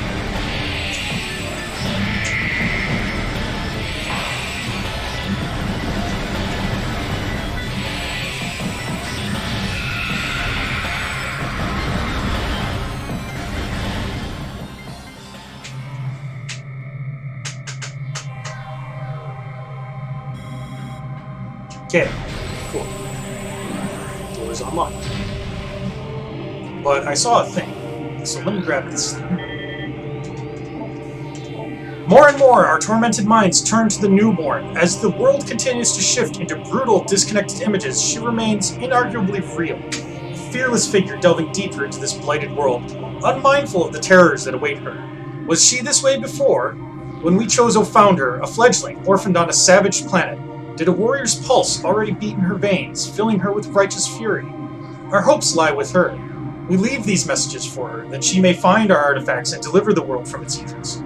Race we may be, but our reach is still long indeed. We shall fight the invaders, and the poison they would master, until the end. So that's cool. I like the troops. Okay, the Elder's greatest power lies behind the second lock. Okay, bridge seems to be open. So, the gimmick to this is,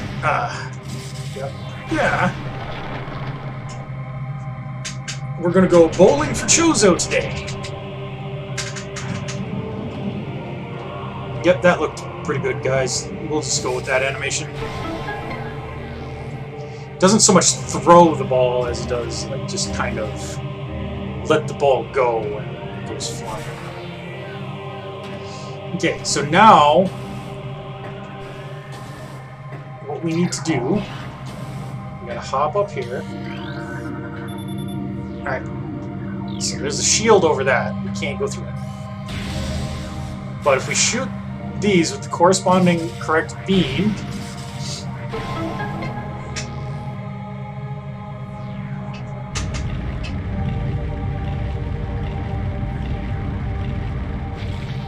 it causes things to happen.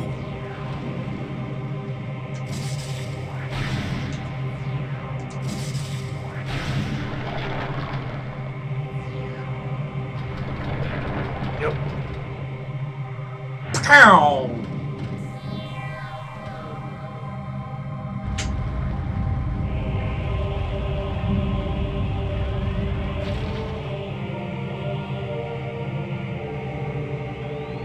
Okay. Now we can go back here and scan this little doohickey. And that turns the barrier off. Now we can go through.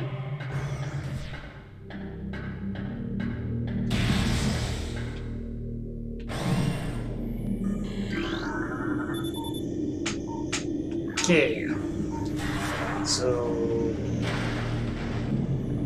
let's get rid of this drainage.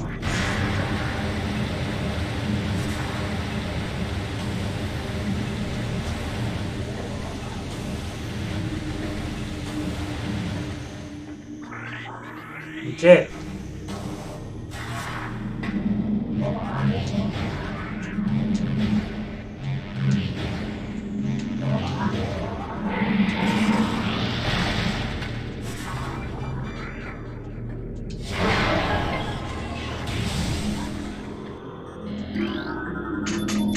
Oh ho ho! Ice beam.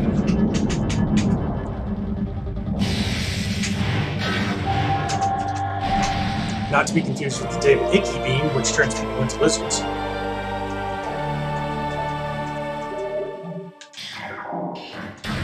So this little doohickey shoots ice, and it can freeze enemies, and it's super cool, and it dates the cheerleader from your high school, and everybody loves it, and everything. And it's super amazing.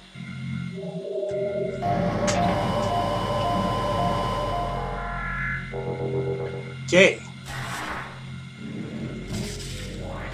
What's in here? I don't remember.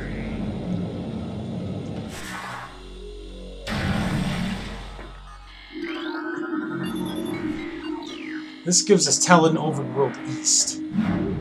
There's also a Talon Overworld West the other way, which I will probably hit shortly.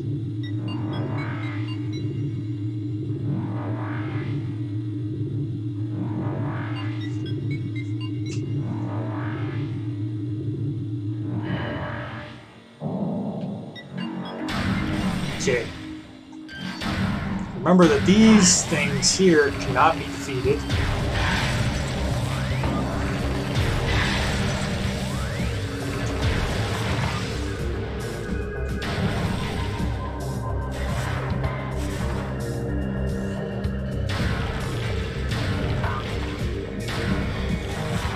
There, that was a good shot. Yeah, give me them missiles. And yeah, here we are at the frigate crash site.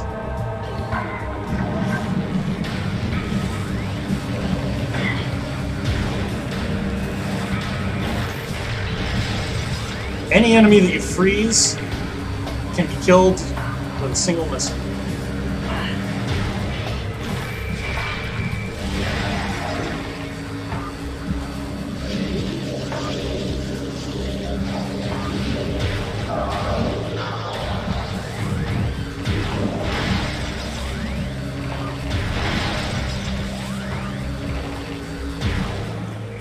So those guys are dead.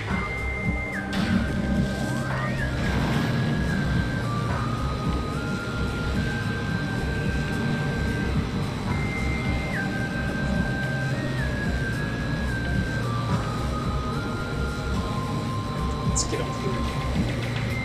Kill these bottom troops here. This one.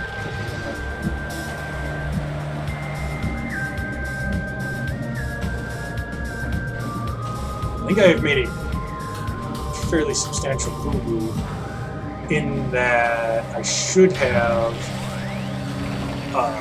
retreated. Okay, yep, Toxic. That's phase on. Gotcha.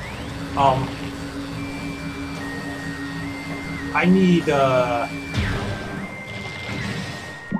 another more differenter but that's okay. We're not trying to do a speed run. We can afford to take our time. And to that end, let's go check out the temple, because now that we have a few more artifacts, we should have a few more clues.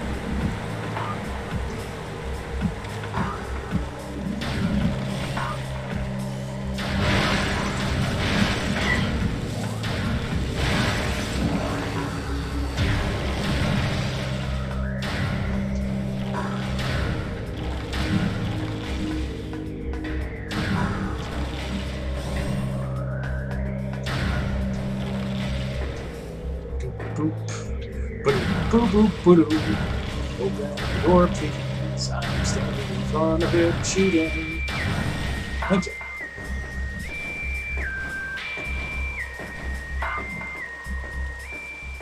Oh, okay.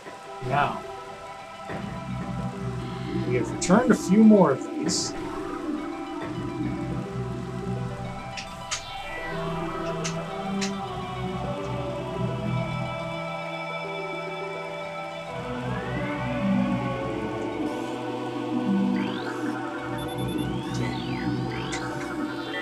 Okay, new artifact entry. A room of research lies within the mines. A corrupted invader is trapped there. Defeat this creature to claim the artifact reward.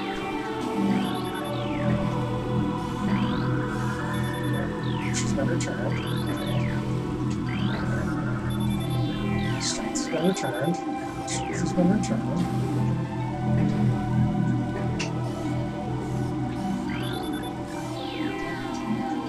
Is that really the only new one I get?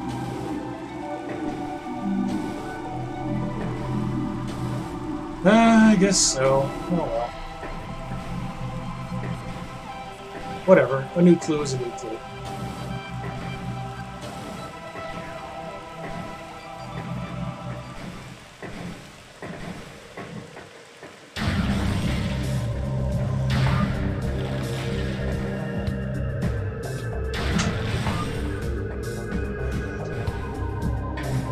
So, we're doing pretty well for ourselves at this point.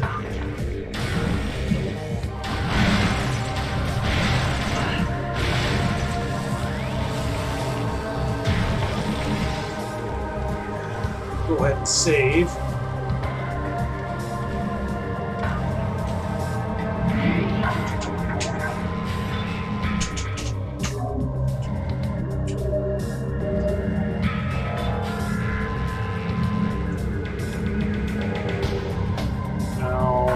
Fastest way to Fendrana from here.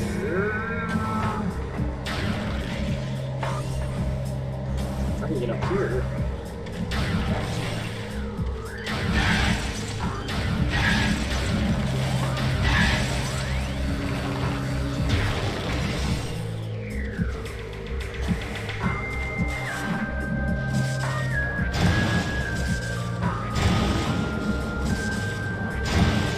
It's not a shortcut at all, but it was fun taking it.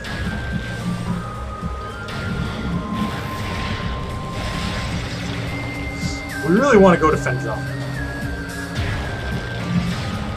because now we have the upgrade that allows us to get further in. Yeah, I know. Beetle Mania.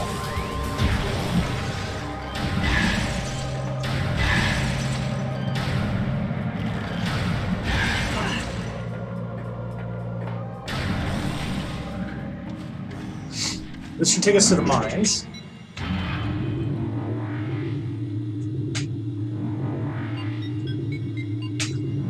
Or, sorry, not the mines, Magmar. We haven't been to the mines yet.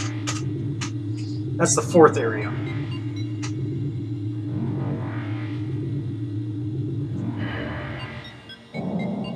Okay, so we want to go which way?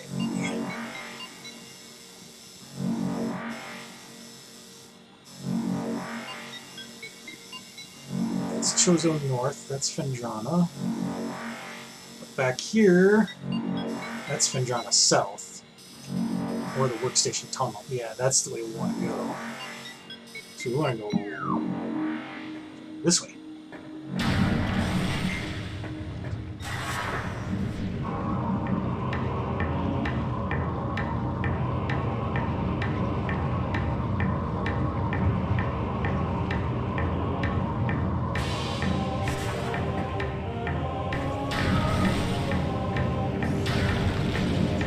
This is a fun trick. If you have the ice beam, you can freeze these fire jets.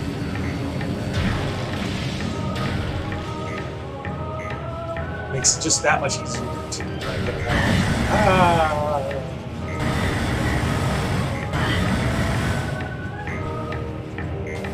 It's okay.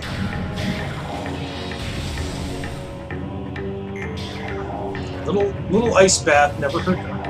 Little magma bath never hurt anyone.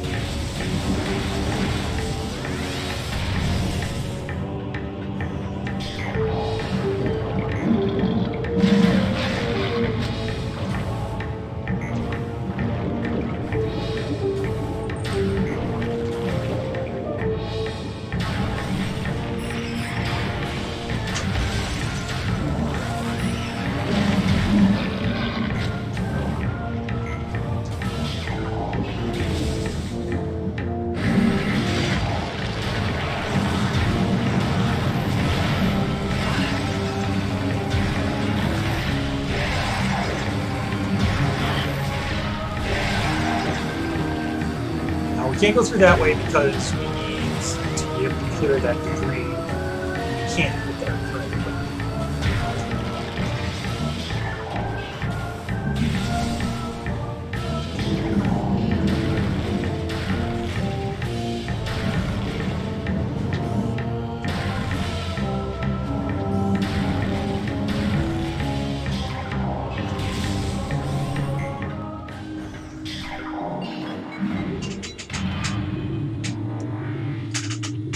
So, back to Fendrana.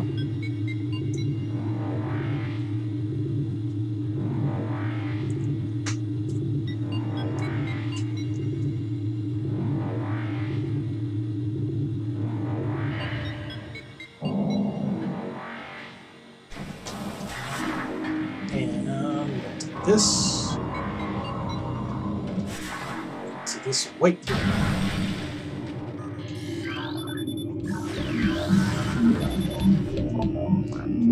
Sadly, we do not have a blaster yet.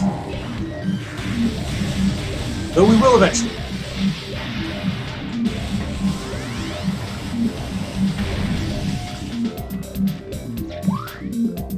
Okay, here we are at the Frozen Pike.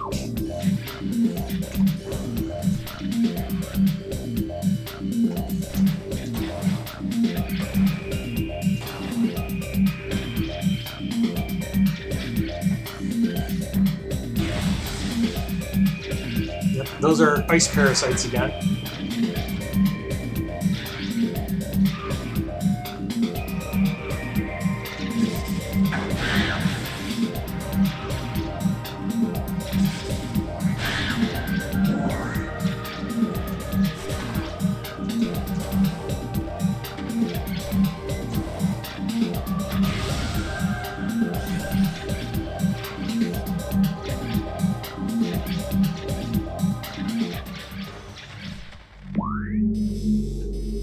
Oh, and that just takes us to the research core. We don't want to go there. We want to go lower.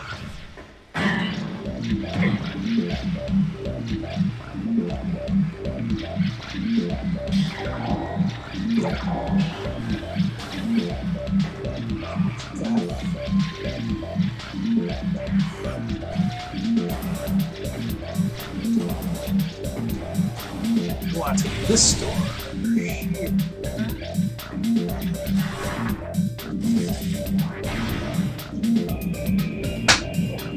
Fendrana is really pretty. It's really great. I love it.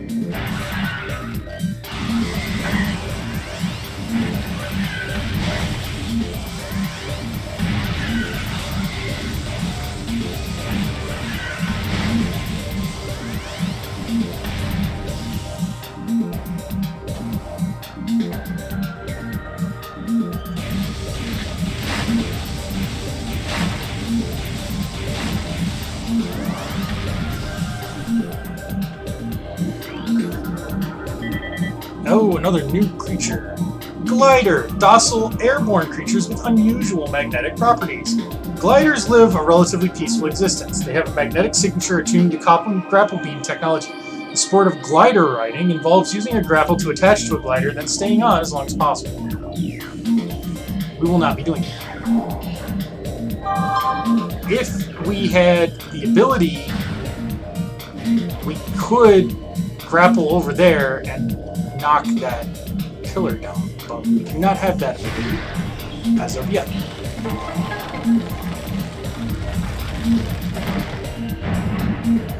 Instead, we shall knock that one.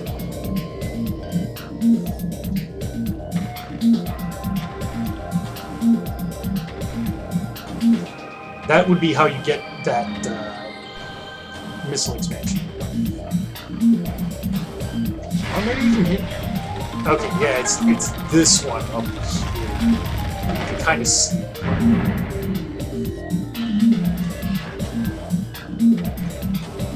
Let's try this one. This is a save station. All Metroids destined for phase-on ranges in the mines must pass inspection. We got to inspect your Metroids at least twice a day. Temperature-affiliated behavioral index for Metroids is available at all research terminals. Access code LIF22. Good to know.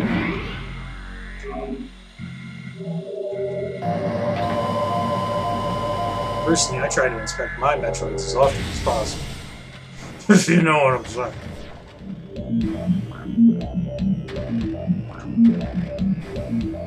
And if you do, please let me know, because I actually don't. Okay. Down the pipe.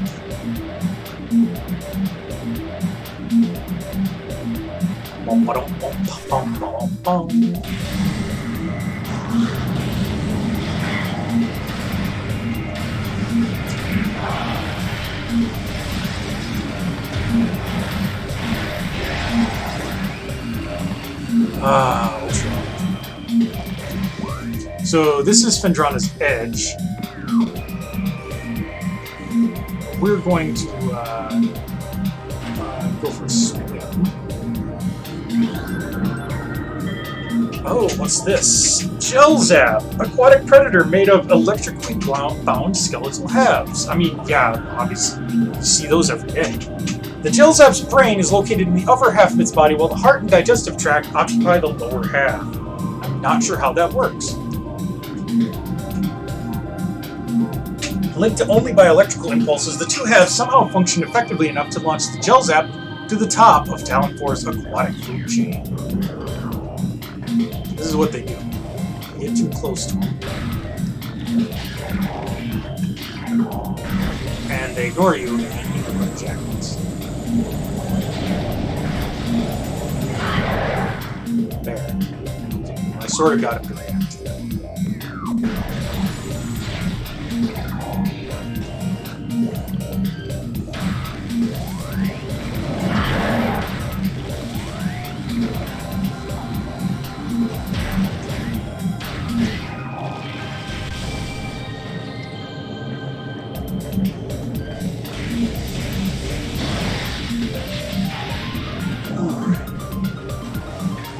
Such a slog moving through water. But not for long.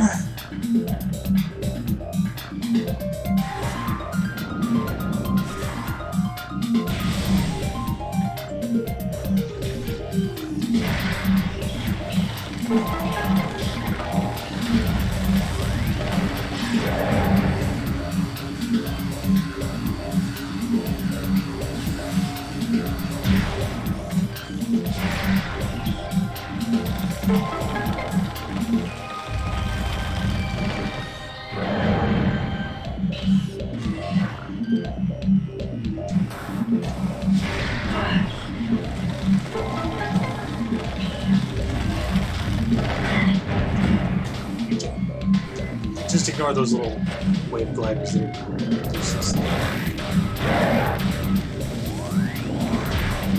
Love the little fishes swim around in schools. So much about this game is so awesome.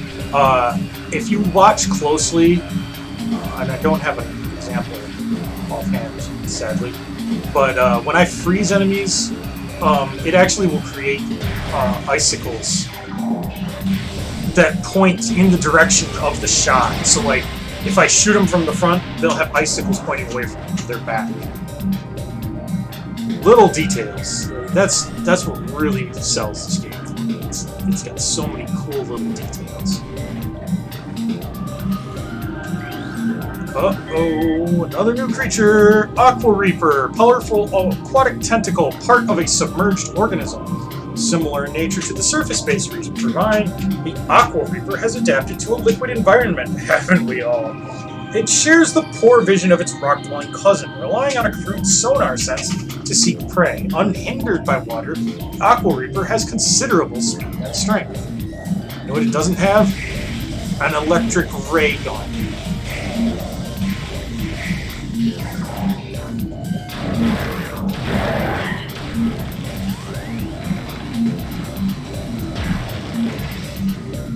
Yeah. Come on, guys. Just gotta get...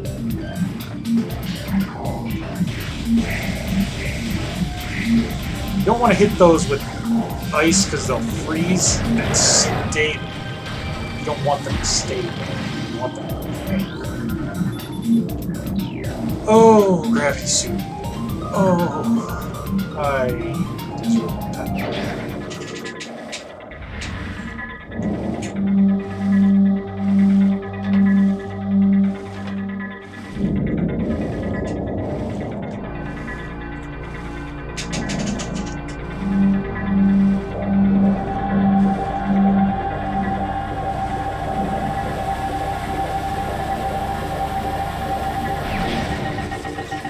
Oh, there we are.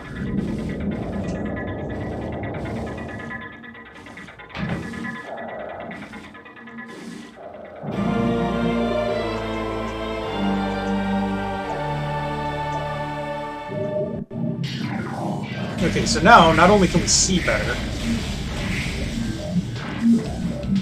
we can also move normally in liquid.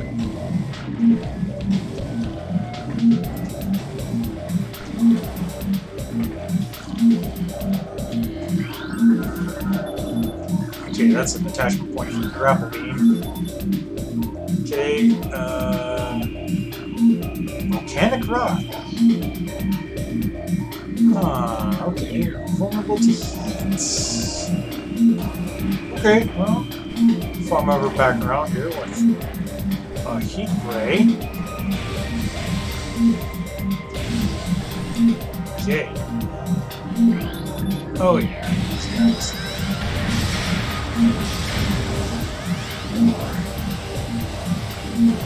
Stupid sentry drone.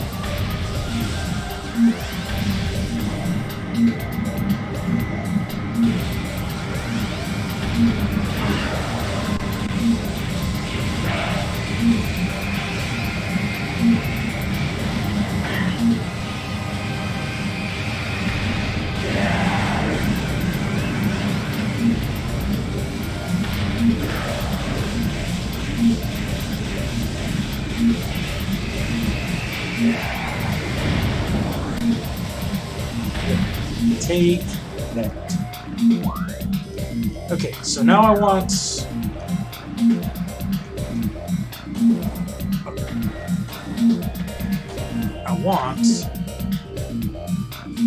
like, that exit up there, but I don't have an easy way to get to it.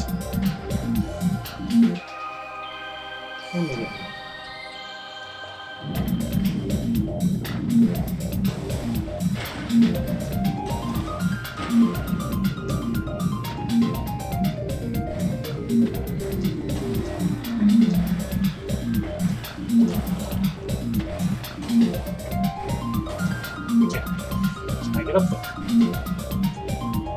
Probably not, honestly. I think I gotta go on another loop.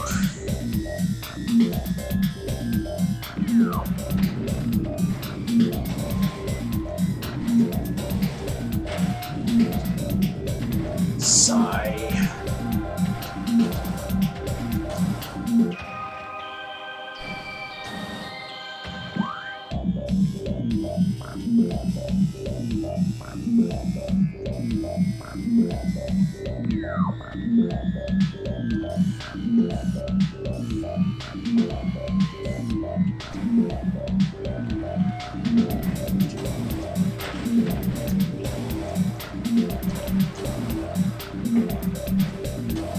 I'll figure this out sooner or later. It's just bear with me here. I am an idiot.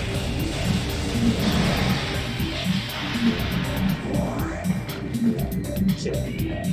Yes, hello, Sterling. Are you here to tell all the good people about how I copy all of my videos to YouTube so they can watch them there? Yeah, that's right. It is pretty convenient. Yup, all of my videos, including ones that are not followed on Twitch anymore. Forgive the shameless self-promotion. It wasn't me.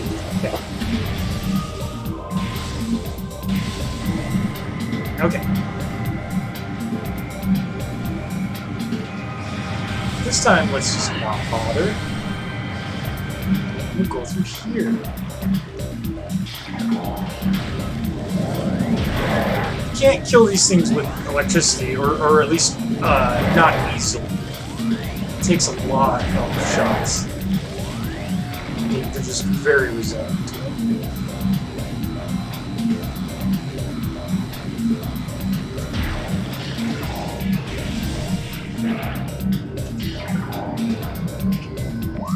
Okay, and now we're back at the frozen pipe. And I think what we want to do is take Magmar South.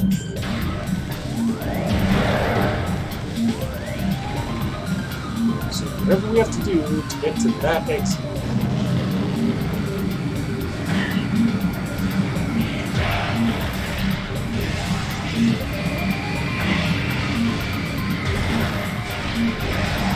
Also, in the Hunter Cave, in my physical version of this, the cave actually had a Hunter Metroid in it. I guess they replaced that in a later revision, so, yeah, just for trivia's sake. Hey, Gory Guy! Welcome back. I am getting lost in Fendrana, as I often do. Alright, all the way to the tippy top. That's where we want to go. Hut! Hut! Hut! This is not the tippy top. We can go even higher. Samus is sporting some spiffy new duds.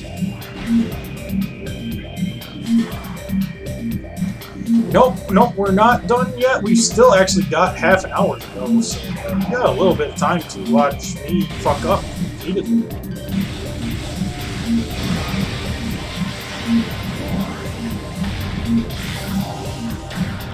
Working up your butt.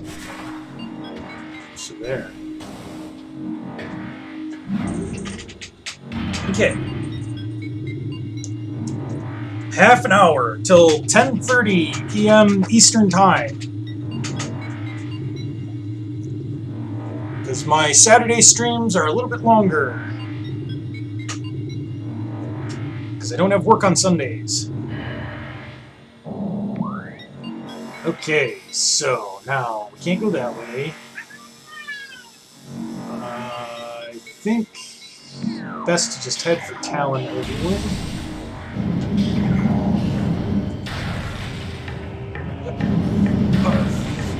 If they get my way. Yeah, I know. Space pirates, jetpacks.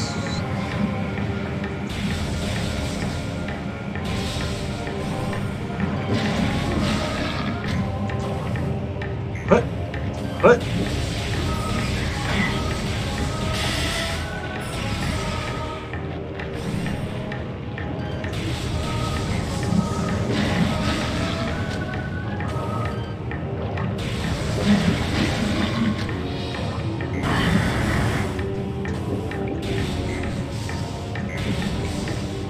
If only we had everything we needed for that.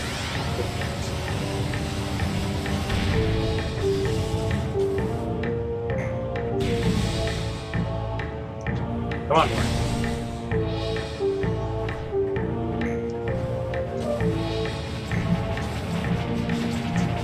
should not be going this close to these things. That is a bad idea.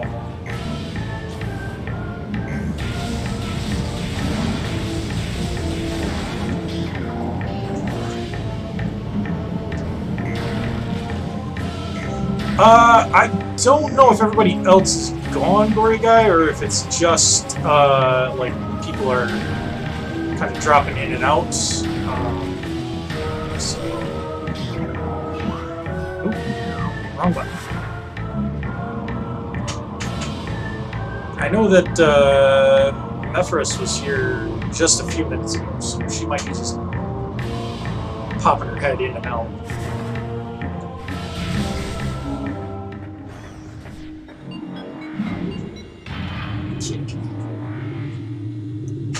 Up to the Talon Overworld. Did Tubbs get a beat stick? No. Alright, that's why he's screaming. Yep, probably. The cat knows when it's time for him to get a shoot. Even if he hasn't been very good behaved. Love him, but he's a little dumb. Yep. Oh, hey, Luna, you're here too. Cool.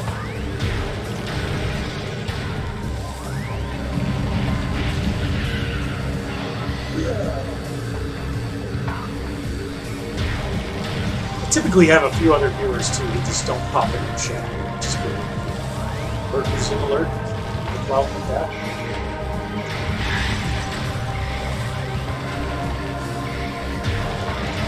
Open.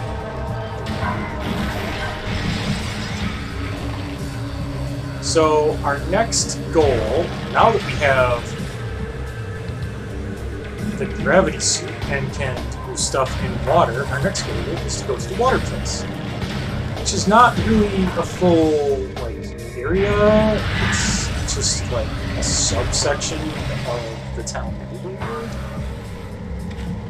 But it's over here. We're actually just there a little bit ago. Just find the entrance to it. There. This place. Down here. There's this little cavern with the waterfalls and stuff that's very cool and chill and neat.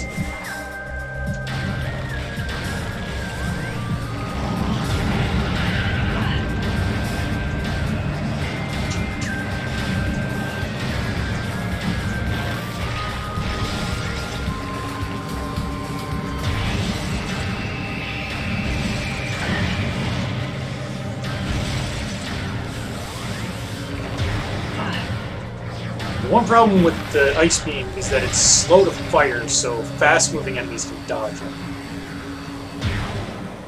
Alright.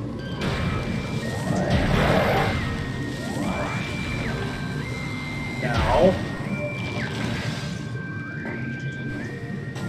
there are some things underwater here.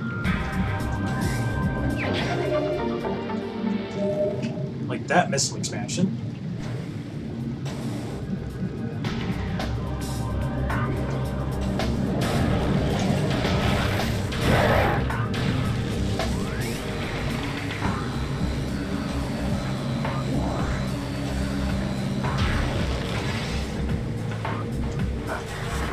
There it is. I knew there was a thing somewhere around here. So that lets us off over here.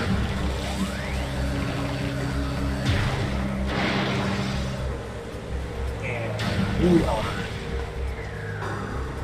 Remember, at the beginning of the game, we crashed that frigate. Well, this is where that frigate ended up.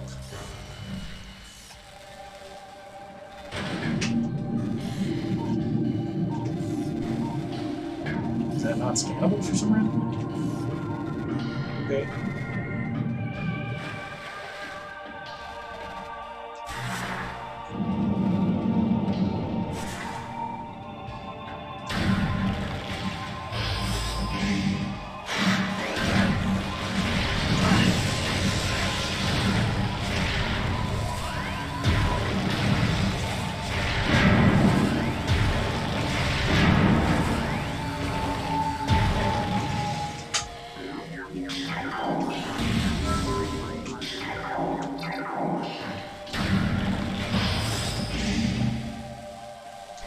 Come on.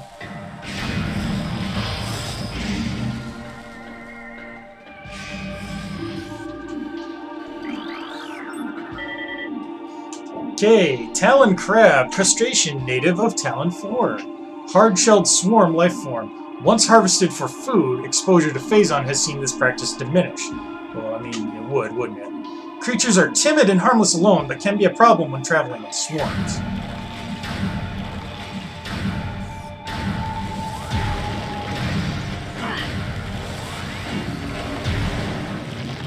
They're not much of a problem.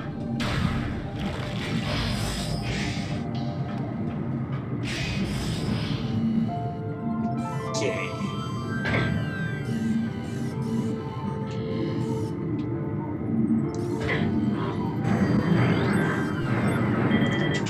Easy to confuse these guys for flying pirates, aqua pirates, space pirates with exoskeletons modified for underwater use. Using modified thruster packs and gravity suit technology, the space pirates have armor suits for use in liquid environments. Thermal tracking is still very useful against these units, as the pirate engineers have yet to eliminate the thruster pack's high heat signature.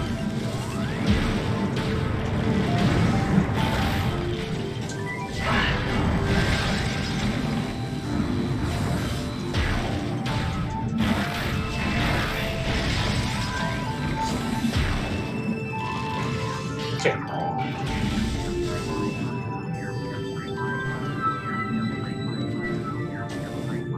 We're going to need to hit 3 of these.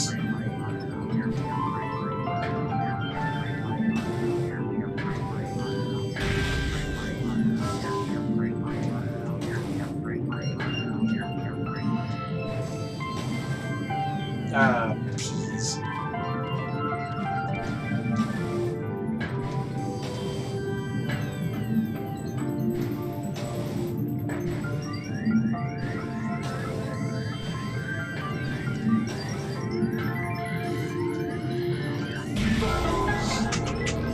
Four of them in this release. Okay.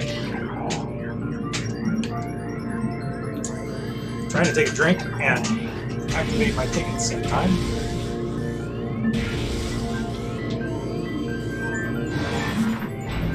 Oh, there we go.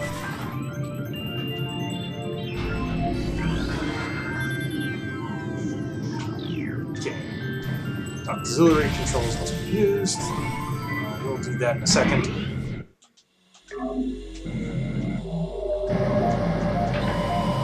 So, another save. And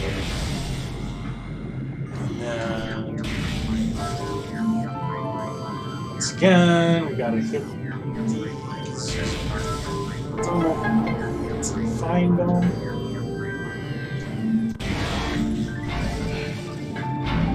Okay. Concussive blast, eh?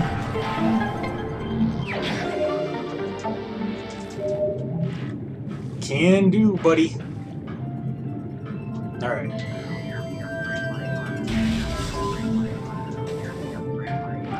There's gonna be a bunch of Reaper vines in here. Yes, incoming scan data tell me that I'm an idiot.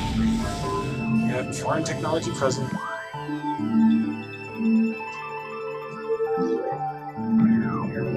Okay.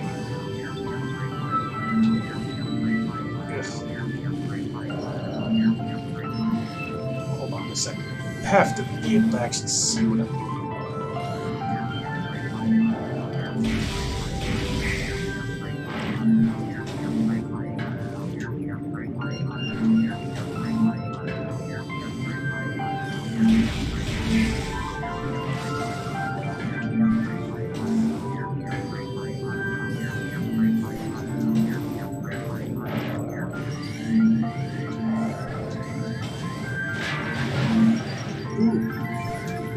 Are you okay? And we'll be fine.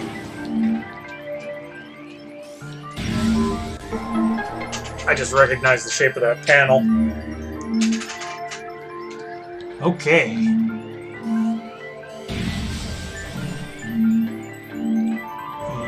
Here we go.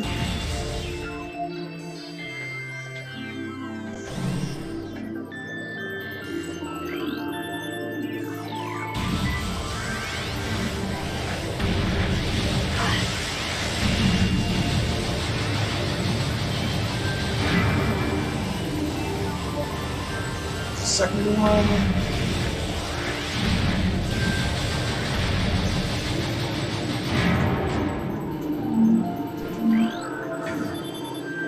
Nope, a core dinosaur.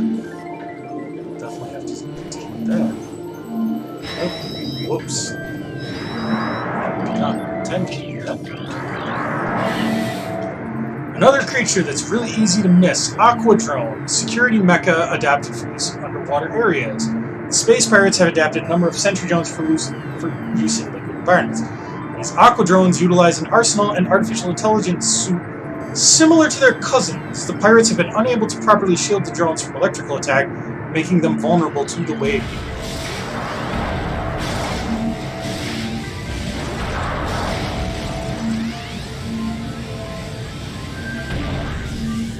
Which one was it that had the...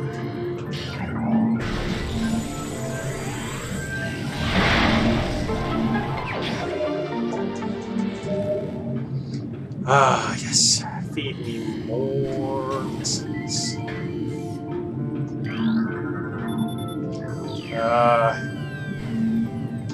Door has no power. I'll show you power.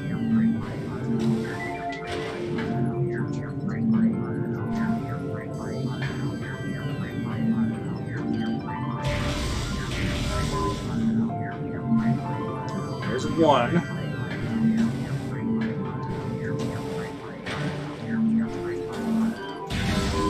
Two.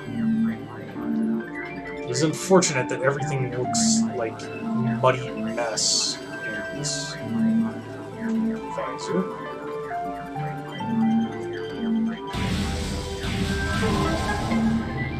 There.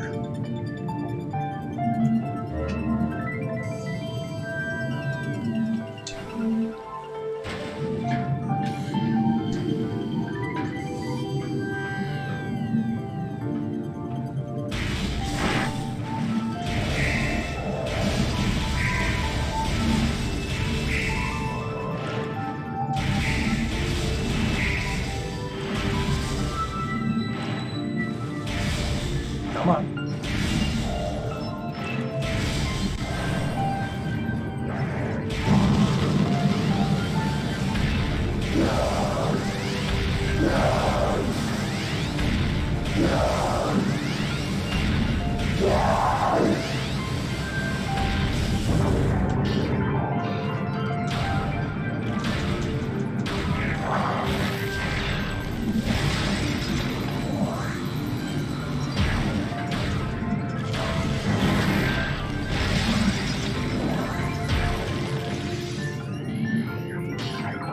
How did I know?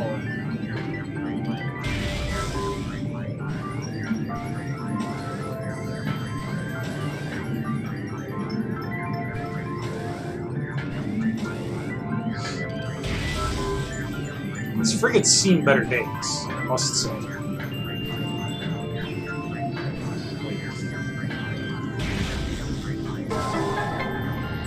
Kinda looks like garbage, Space Pirates. You should get somebody to repair it.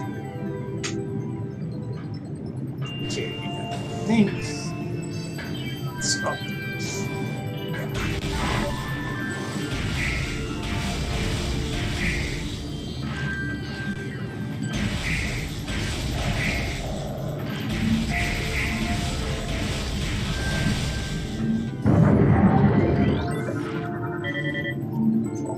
Aqua Sac will burst when subjected to impact or trauma. Believed to be in the same family as the Sap Sac, this plant has similar features. It will burst when exposed to force. This protective response keeps most creatures from feeding.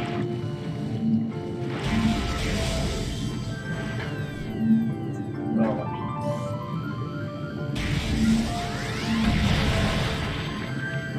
I don't know that it actually does damage. I don't think that it does.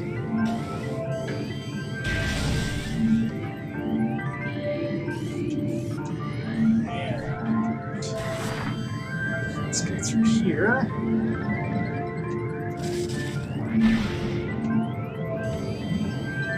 Okay.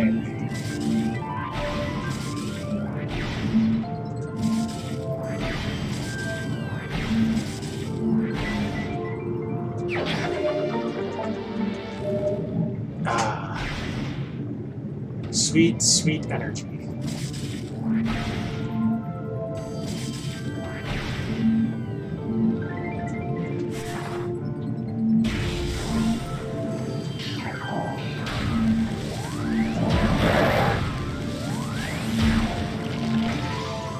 Okay. Where do I want to go?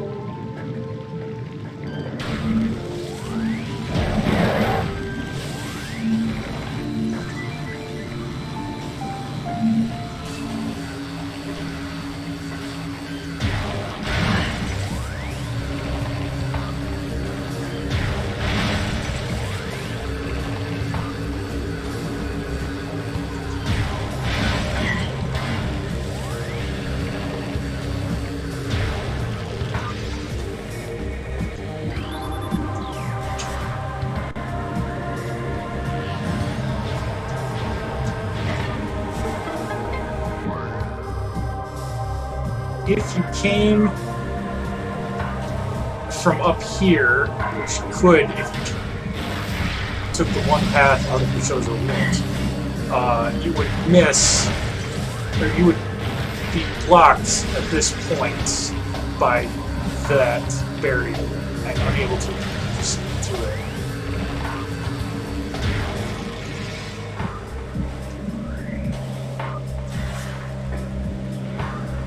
I think this leads to an area you can't access yet, but I'll look there just to prove the point.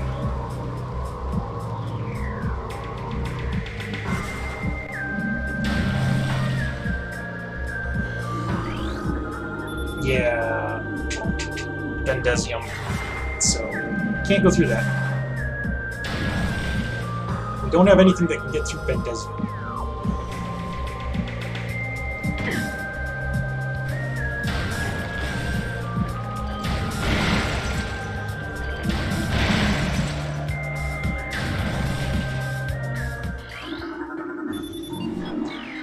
Chozo Ruins South. I'm just going here because I forgot to go here the previous time. I fell down a cliff, etc.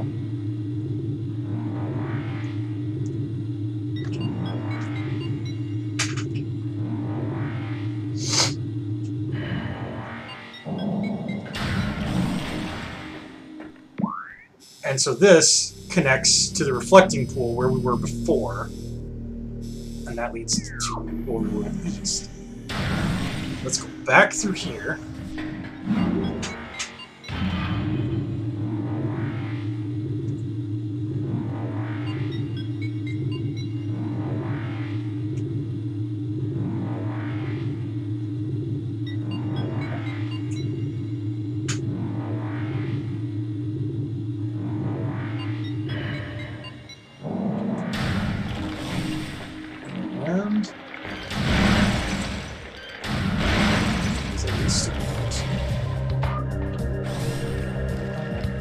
Want to go back down.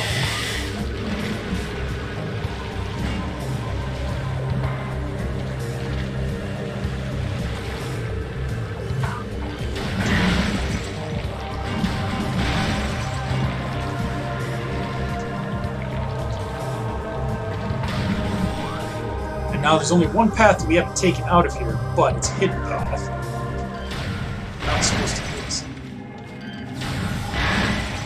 Intense radiation detected. Oh my. Hey. Chill, bro. Phazon mines. Well, isn't that interesting?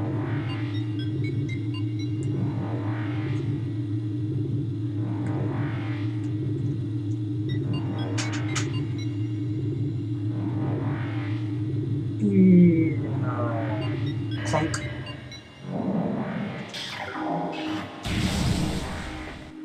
Okay. Well.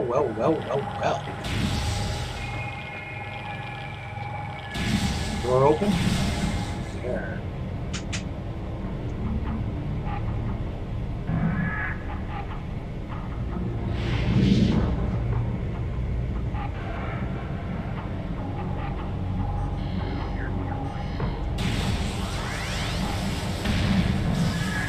Phazon Mines is one of the most annoying areas of the game, honestly. I'm not super fond of it. And here's another creature that's easy to miss. Mega Turret. Perimeter defense turret reinforced with energy shielding. Frustrated with inferior armor plating on standard defense turrets, the Space Pirates added energy shielding to a modified heavy cannon. The new shielding and increased beam strength make the Mega Turret an efficient point defense weapon. Okay, yeah, and Surge is located within the mine compound. Yep, Central Dynamo. No, we'll deal with that.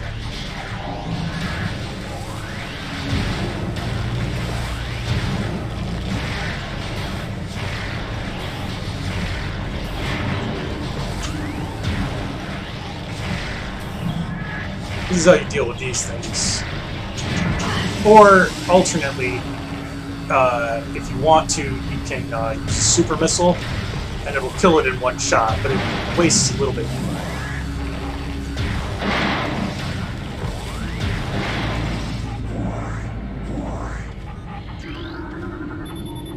Secondary force control disabled. Primary field disabled. Okay, we're not going through there.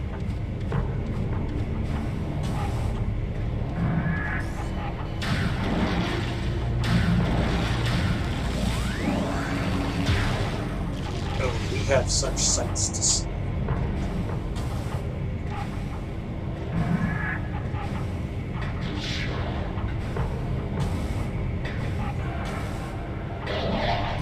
Yeah, come on.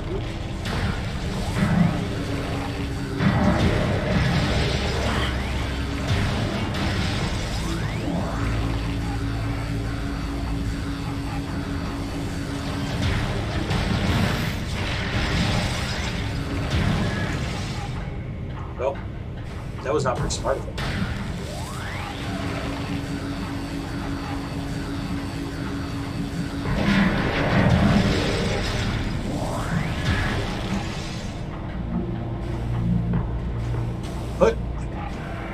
Put.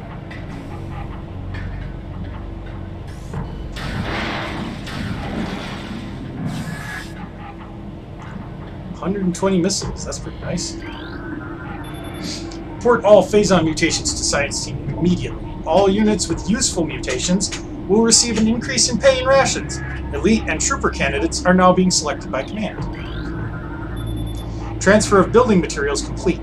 Processing of materials for Xenome containment units underway. The crane controls are functional but require power.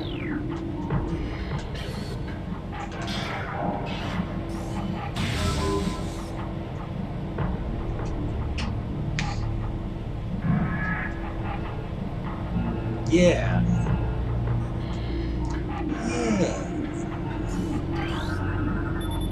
Crane controls now active.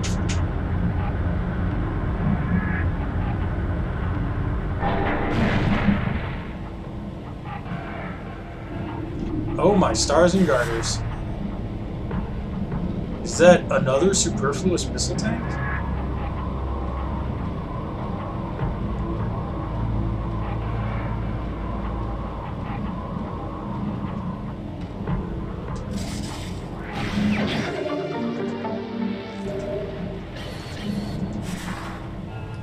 There we go, 125 missiles. Not too shabby.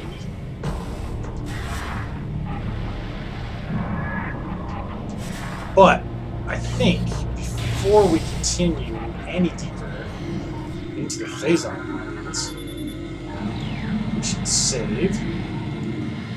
I love the little fishes swimming around back there.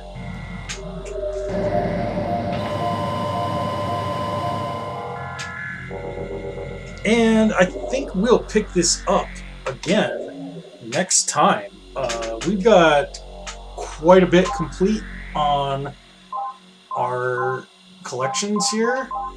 We're doing well on our missions. We just need to actually get into the mines and get down to the Central Dynamo and take that offline and cruising right along. I'd say we're about 2/3 of the way through the game, so we should be able to finish this up next week.